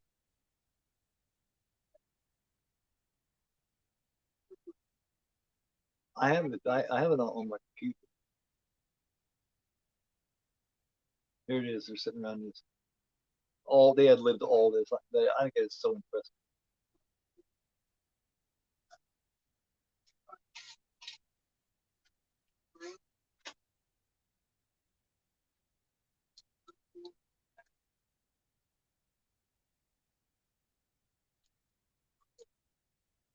I think one of the most underrated movies, like I was saying, well, two of the most underrated movies of this time period involving what they called the Brat Pack, Letter from Death Row. Yeah, yeah, Brett Michaels is yeah. Brett Michaels actually does a damn good job. And you wouldn't think it, but he does. But I think two of the most underrated movies are made by the Brat Pack is Saint Elmo's Fire and About Last Night.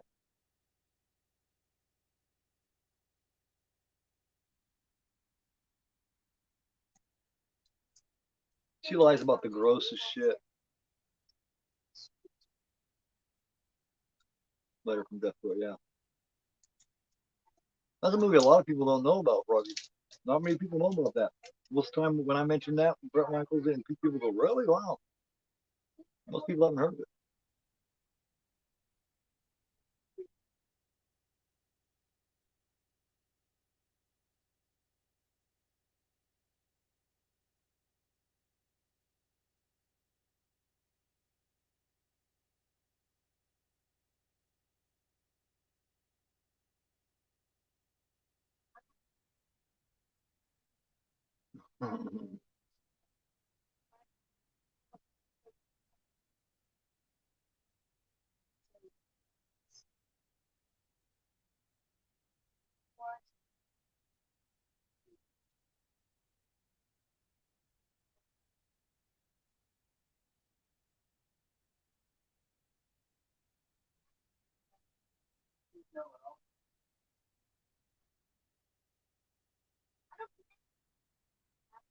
That's why you're a D.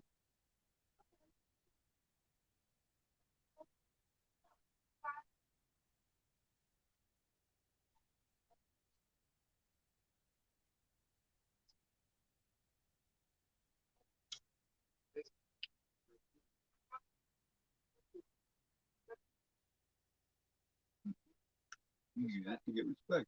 I'm not sure he's even what she said. You know what I mean? Lesson Zero and Wisdom. Yep. Lesson Zero is a good show, man. Now you talk about Robert Downey Jr. when he was young. Great performance. James Spader. Wow. Yeah. Good show. Anthony McCarthy, Jamie Gertz. Yeah. Hey, you're you're all good, man. What kind of food are you making? I'm gonna need to cook up a big old pot of chili when the show's over. Sunday chili. Son's coming back from his mom's today. This this was her weekend to have him. She gets him, every other weekend. Um, he'll be back about 6 o'clock. By the end of chili be ready. We've done simmer a while. It's gonna be good.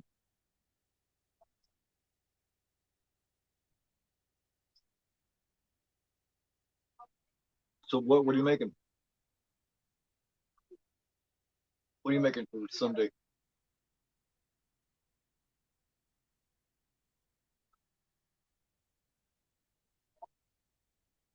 Yeah, we're all bizarre.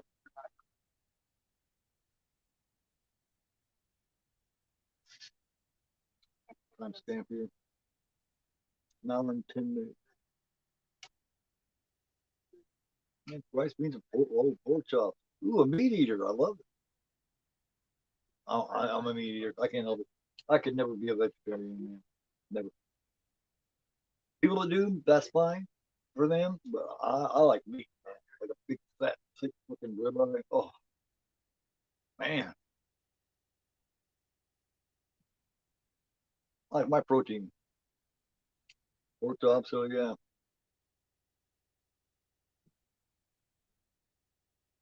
it's sad. He tapes the kids' buns together.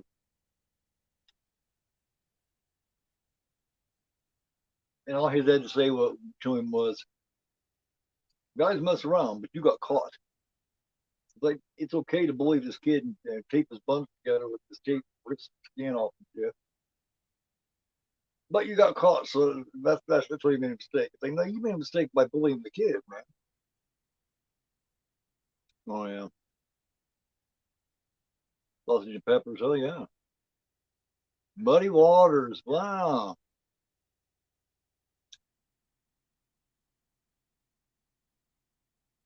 muddy waters. Holy shit, man! You talk about some old school blues there.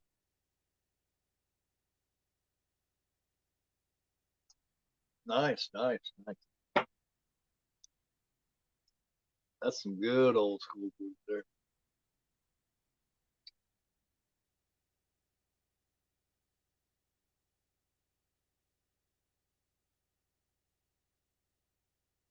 And you can tell he genuinely feels, character standpoint, he genuinely feels bad about what he did. Like he humiliated this kid just so his dad would be proud of him and think he's cool.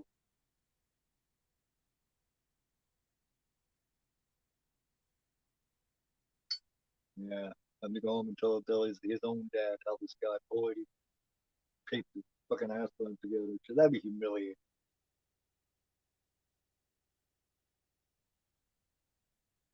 Be horrible. A lot of beans. Beans, white beans, brown beans, mixture.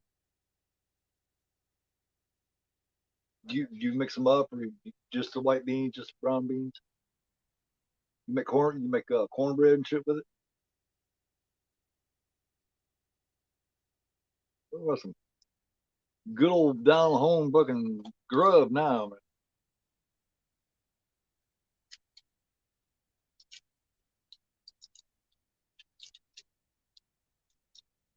man. Yeah, you can tell his dad was a dick when he dropped him off. Sit down or guys mess around, but you got caught. Or fucking dick. That's horrible to tell him that. Won't tolerate any losers in his family. Like, what the fuck's wrong with you, dude? Pinto with like, oh, okay. Homemade tortillas, damn. That's what's up. Very cool, very cool. Yeah, I make a hell of a pot of chili. You know, I must admit, you see Bender and Andrew Zag getting together for you know, go out and have a beer or something. I think all teenagers feel that way at some time. You guys think you step outside yourself when you're a teenager and you look back in and, and you don't like what you see? I think every teenager feels that at one point or another. You know, because it's so awkward, man. It's so weird. You know what I mean? And it becomes ridiculously important what everybody around is saying and thinking, and you know, we need to remember that as adults, especially when we have teenagers. Like I said, I have a 16-year-old teenager that I'm raising on my own basis. You know, I'm a single dad raising a 16-year-old son, and I constantly have to remind myself what it was like when I was 16. Like it's on a level where I understand it. You know, because there's no way that he can understand me as well as I can understand him, because he's never been my age, right? But I've been his age. You know, we've been their age. They haven't been our age. So we need to bring ourselves to their level and understand that. You know, not to a point where we're, you know, kissing their ass or spoiling them, but we need to keep that in mind, you know. Yeah, you can't live through them. The best you can do is support, keep them safe. You know, it's hard because you find that line. You want to give them everything they want. Sure, you do. You want to. You can't give them everything. You know what I mean? Because if you do that, you'll end up with an asshole. You know, you end up with a spoiled asshole if you do that. At the same time, you end up, you know, it's hard, man. It's hard.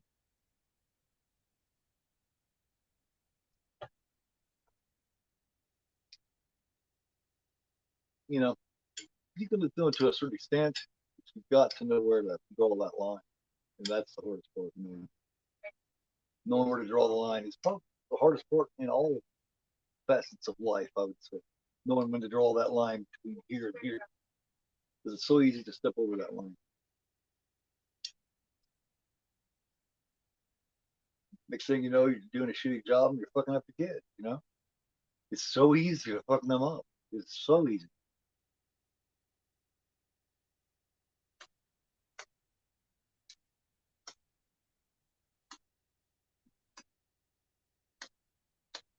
Oh my god, my lighter's gone. Luckily, I have this lighter. Yay!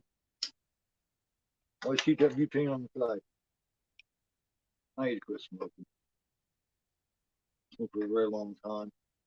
It's starting to show. Starting to get a little scared of the effects of it.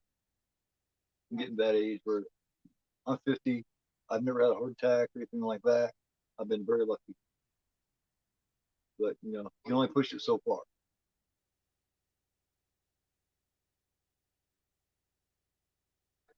That tells you that that meant something to him. You know. He said, "Why do you care? I don't even count, right?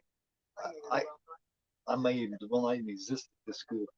Obviously, that affects him. Obviously, that hurt me." He said that. So Bender's got feelings after all. So, hey, Joseph, how you doing, man? You're all being very vulnerable with each other.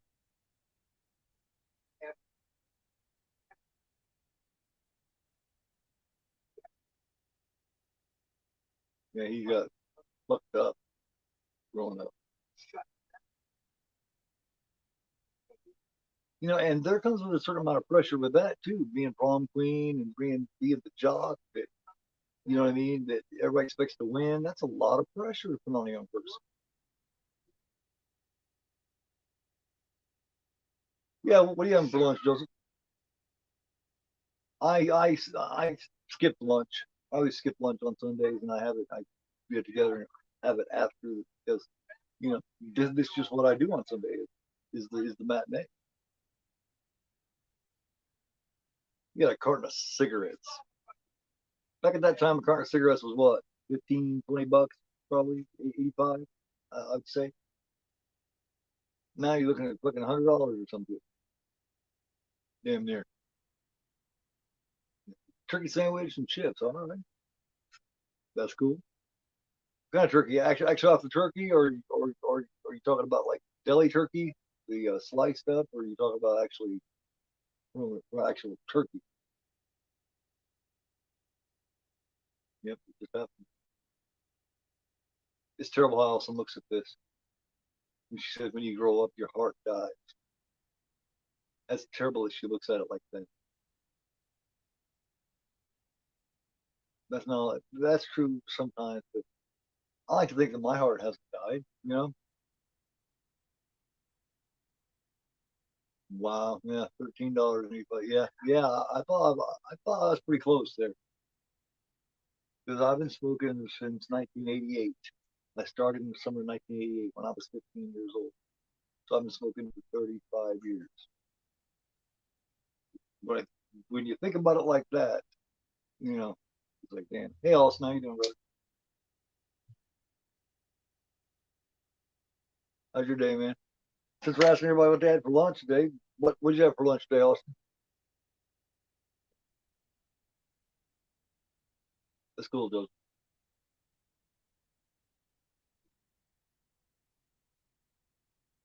She is being honest. She's saying, you're talking about what happens when it comes Monday. What do you guys think when it comes Monday? Are they still friends, or do they act like they don't know each other? Does it go back to the way it was before? I say yes. Back then, '85, it would have went back to the way it was before. They will act like this didn't even happen. She is telling the truth though, because the social types were so separated back then that they wouldn't have come back to school Monday and act like buddies. That just wouldn't happen. Their friendship, when they leave here on this Saturday, they leave that friendship at the door. They don't take it with them home, and they don't bring it back to school on Monday. That is a fact.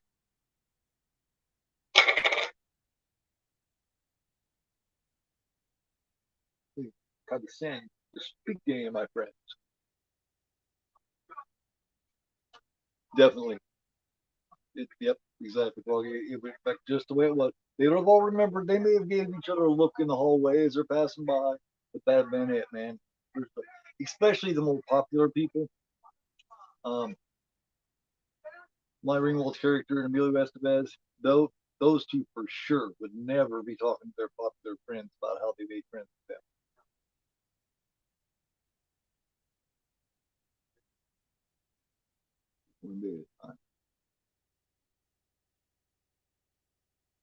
Yep,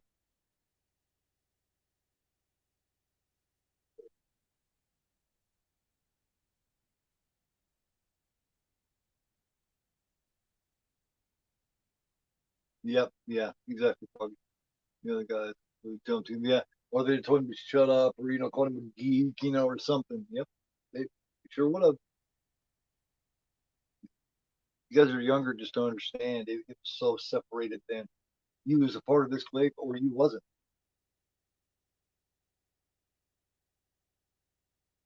Still growing on your channel. Well, cool, man. Awesome, dude. Yeah, mine's moving along pretty good too now, man. Pretty steady, man. I put my stats up there. I had I had nearly 20,000 views the last 28 days, and like 460 hours of viewing time, something like that. Pretty good, man. 450, 460 hours. Pretty good.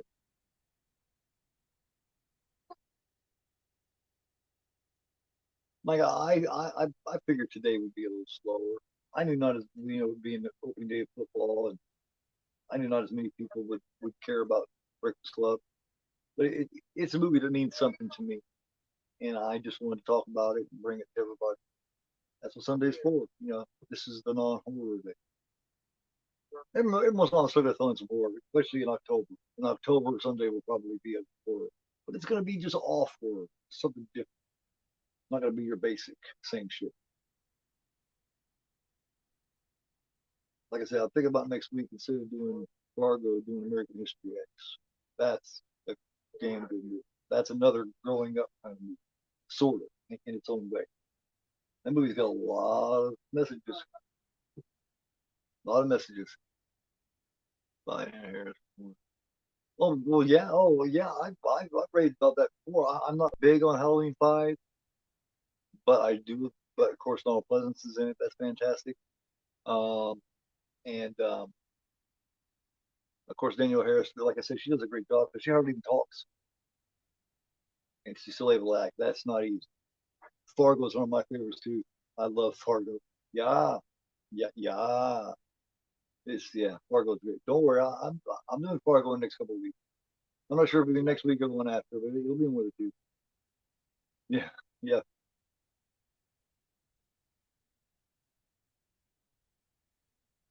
These are flare gun. Well, Donald Pleasance always did good, man. Have you seen Pleasance's old work? See Donald Pleasance in the 007 film and High School is it when they get popular more. I doesn't give him but yeah, yeah. You become when you grow, you pretty much become like everybody else, unless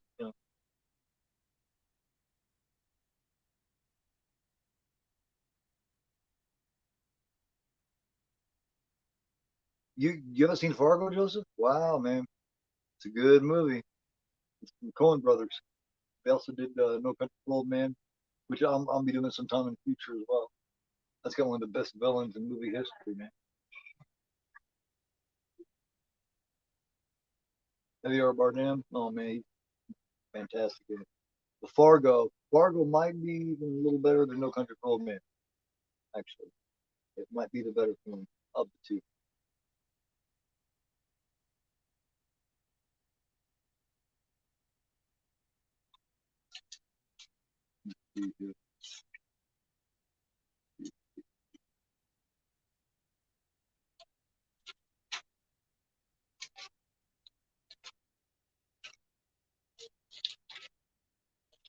Let me find it real quick.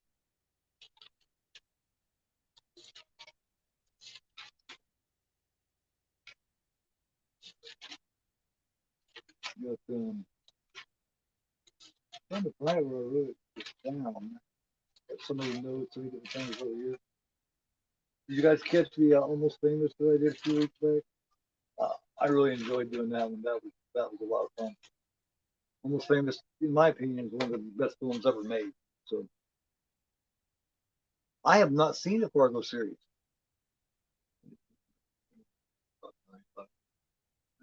Right, right, yeah.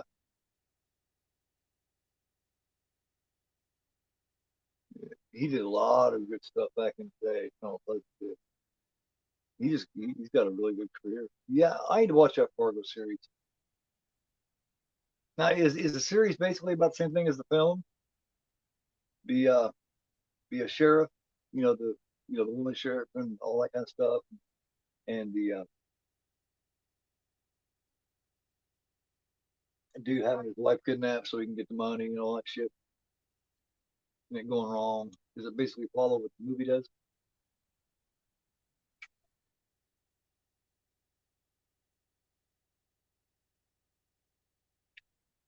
Now, Allison's part. Now, what I think, how Molly Ringwald, she makes her up with the makeup on her, shows that she is attractive and all this, and all that stuff. Now, when she comes back to school Monday, does she come back as the mod she was before, or does she come back with some makeup and stuff on?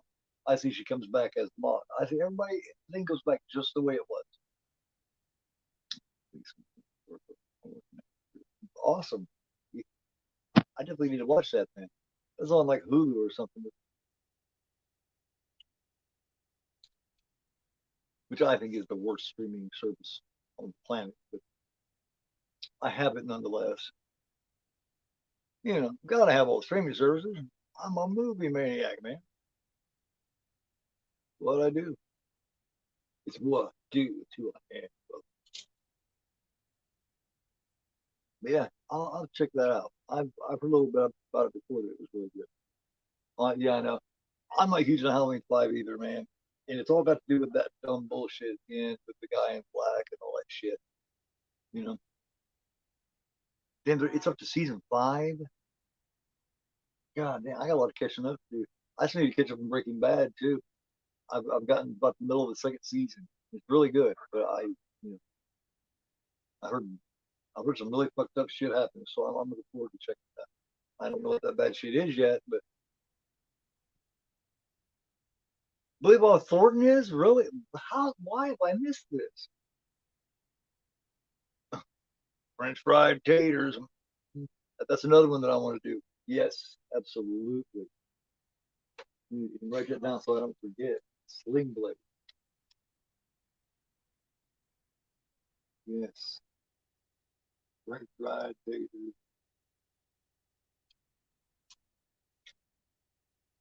That is excellent. That is unreal. Yeah, she goes back. You know what I mean?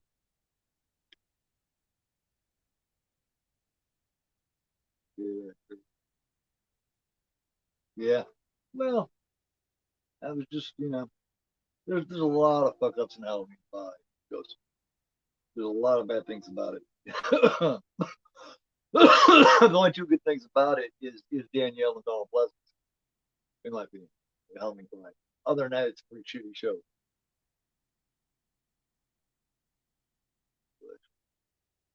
Oh yeah,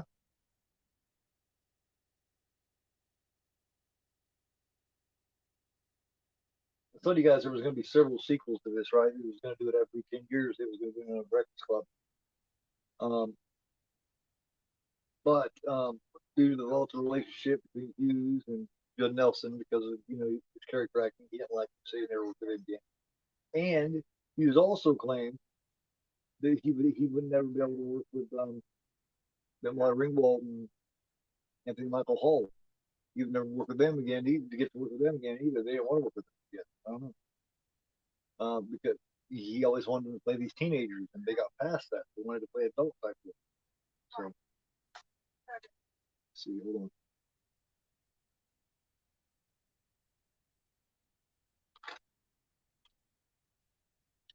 Other people that was going to play the Molly Ringwald role, the princess here, they had Robin Wright penned. Well, at the time, just Robin Wright in mind. Well, this is prior to her being, Princess Bride. Laura Dern was another thought. Jodie Foster was another one.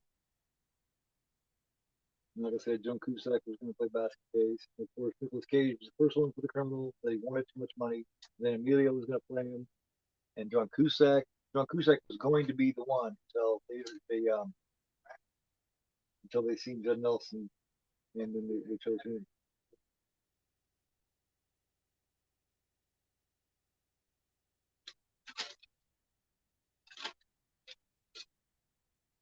Hell yeah, man! The quote at the very beginning, the David Bowie quote from the song "Changes," that was Ali Sheedy's idea.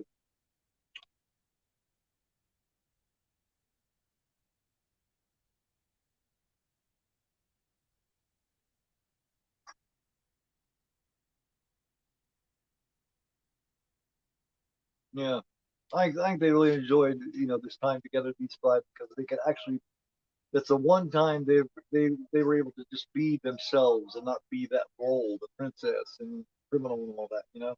They could actually within that particular day was a special day, and it's a one off, it's a one time thing. That would never happen again like that. It's just one of those days, man. I like how they were protective of each other too.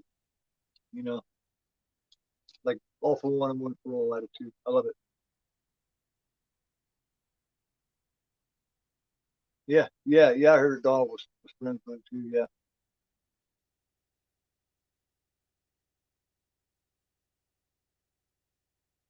getting that diamond ring. But yeah, this is all basically that earring and stuff was to remember me by, to remember this day.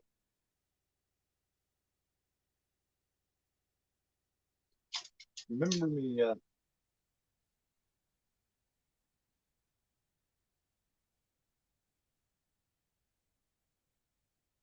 Mr. Vernon, except the fact that we had to sacrifice the whole Saturday intention for whatever it was we did wrong. But we think you're crazy to make us right in this say, telling you who we think we are. You see us as you want to see us. Simplest terms, the most convenient definitions. But we found out that each of us is a brain, an athlete, basket case, princess, and a criminal. Does that answer your question? Sincerely yours, the Breakfast Club. And then when he's walking off here, everybody gets picked up except Bender. Bender's walking away, and that little fist that he does at the end, that was an ad lib too. So, oh man, don't forget, Floggy, have you ever seen John Cusack in The Paperboy? Hey, John Cusack, check this out.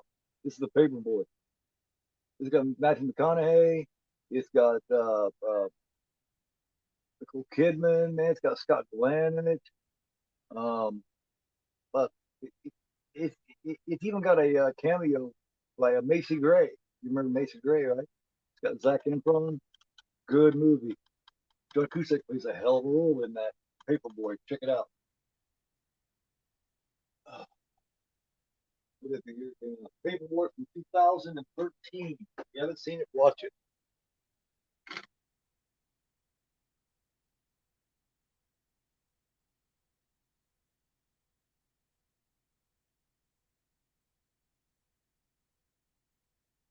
Yeah, oh yeah, good show, good show. Yes, watch The Paperboy. That's a rough one. You're gonna see Nicole Kidman and John Cusack and people like that in roles you never thought you'd see them in.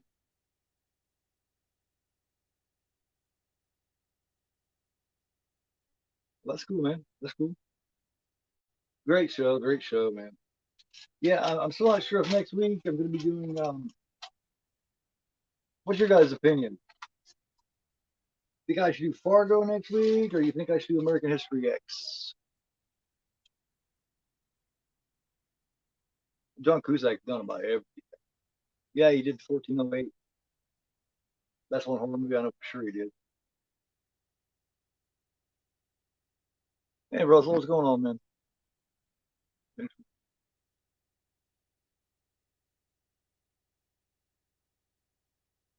I've done The Exorcist twice. Well, the first time was more just a watch party where I kind of hung out. That was over a year ago with Ben from Cadaver Club. But I did one by myself on Sunday, what, 2 or 3 months ago. That's pretty good when you guys should check that out. The Exorcist is fantastic. It's fucking excellent. It may be the most one of the because if you come right down to it, Exorcist is not a horror movie.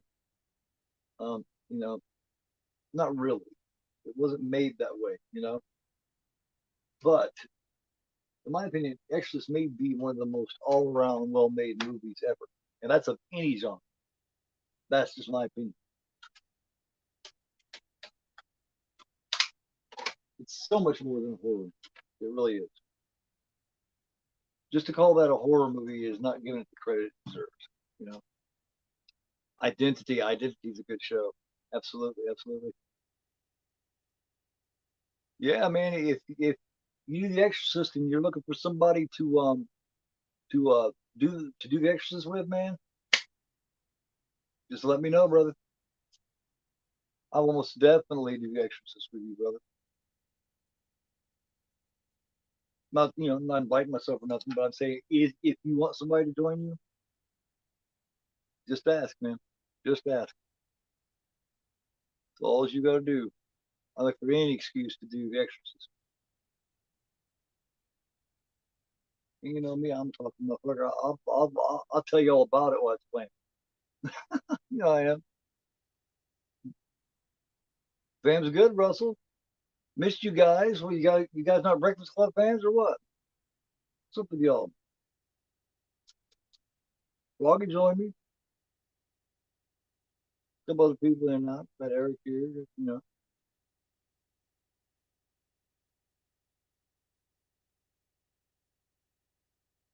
got Russell on the 3rd of October. Um, yeah, Freaking, William Freaking Joseph. Yeah, yeah. Hate to see him go. I'd love to watch him talk about films and stuff. Very, very smart man. But as I was saying, on October 3rd, we will be doing the Friday the 13th remake, the 2009 remake of Friday the 13th. And joining me, of course, will be Eric. Um, Ninja Ninja will be here with us.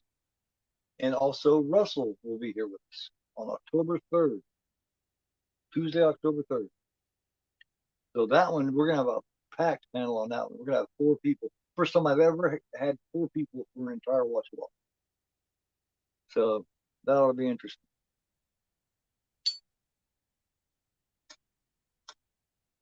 No, it's letters anymore. You're going to go through the schedule real quick one more time. All right. Tomorrow night, Juno 2000 will be joining me for the Invasion of the Body Snatchers 1978. You know, the one with Donald Sutherland and Jeff Goldblum and all that. And then Tuesday night will be Eric will be joining me on Friday 13th, Part 8, Jason Takes Manhattan. And then next Sunday, it's either going to be Fargo from 1996 or American History X from 1998. And following that, JT will be with me next Monday on the 18th. JT will be with me, and we'll be doing Pieces from 1982.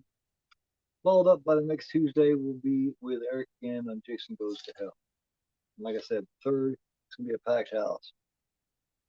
Me, Ninja, Eric, and Russell. So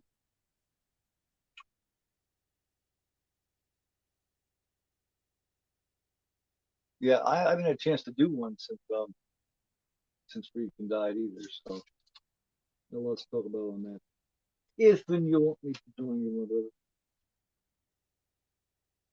If if not, I may just do it again, but who knows? But yeah, the packed show's coming, man. That's what people go to hell. And then that, of course, that next Sunday will either be American History X or Fargo, whichever one I don't do next Sunday. But the next 2 Sundays, I'm gonna be doing Fargo and American History X. Not sure which one I'm gonna do first. But yeah, in October is gonna be the load. Me and JT right now are actually talking about a whole week long thing, doing a whole, the last week of October, leading up to Halloween, doing a whole thing involving the Halloween film and all that kind of stuff. For that whole week. So me and JT are putting together something really special. That should be very cool.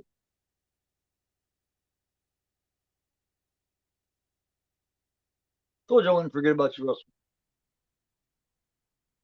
Brain don't work as well as it used to, so I got to write stuff down. But hey, I'm doing the best I can do. Um, Other than that, yeah, great show, man. What do you guys think?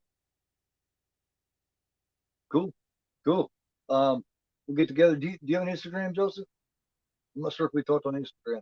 If you have an Instagram or something like that, let's talk on that, or we can just talk on the comments, I guess. Um, yeah, let's figure out a date and do it, man.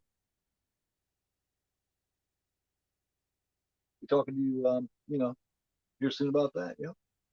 Okay, now, more swords from Firecracker. No, I haven't. Gore and nudity. Oh, I have to see that, man. Here, mark it down. Lots of nudity. Oh, man, you fucking love. I fucking love fucking nudity. You know me. I'm I, I'm a raging heterosexual. I love me some women's. Firecracker from 1981. All right, man. Sounds good. No, I haven't seen it. What do you guys? Okay, what do you go by? Oh, you don't have Instagram? You got Twitter or anything like that? What do you guys think? Next Sunday matinee, you think it should be Fargo, the Coen Brothers Fargo from 1996, or do you think it should be American History X, 1998? See what you guys think.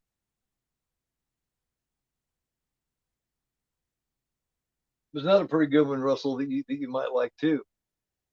It's called Run Bitch Run. Check that one out. If you like a little last house type shit, nice fiddler and grave type shit, check that out. Froggy says American History X. Okay, that's kind of what I'm thinking. I'm kind of feeling that next, going along with this, youth type thing. And since we mentioned less than zero, that's interesting too. I might put that in sometime.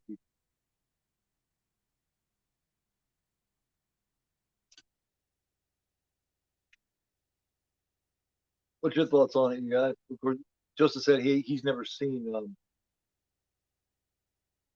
Fargo, but have you seen American History X?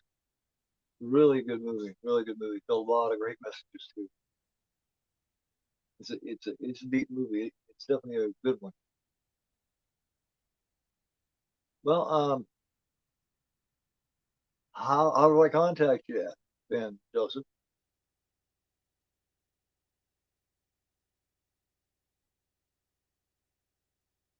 No.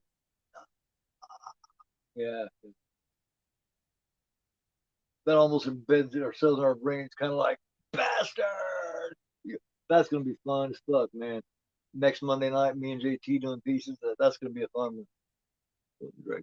Animal Factory is good too. Yes, yes, yes. That is a good one. Absolutely. If they haven't done two films yet, yeah.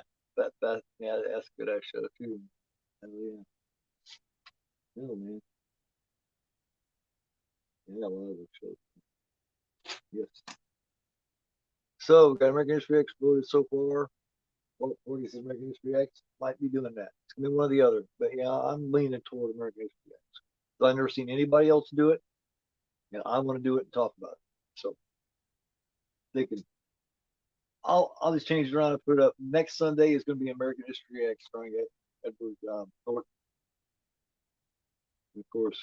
Cool. Stacy Keach is in it. Yeah, good shit, man. I might put Bad Boys in there. Sometimes. Who knows? Might be doing that. But yeah, thanks for joining me for this one, Froggy. I really appreciate it. Had a great time watching this classic film with you. It was a great time. Thanks to everybody else who popped in and out. And hopefully I'll see you guys tomorrow night at 11 o'clock. At 11 o'clock tomorrow night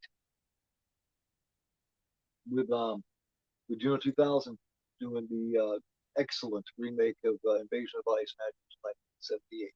It's tomorrow night at 11. Other than that, man, you guys have a great Sunday. Enjoy all the grub. Enjoy eating. Enjoy hanging out. Enjoy family time. Much love to all you guys. As always, my heart to yours. Much love to you. We'll see you tomorrow night. Have a great day. Don't forget, I am Gorpo, and you are not. Thank you guys very much. Take it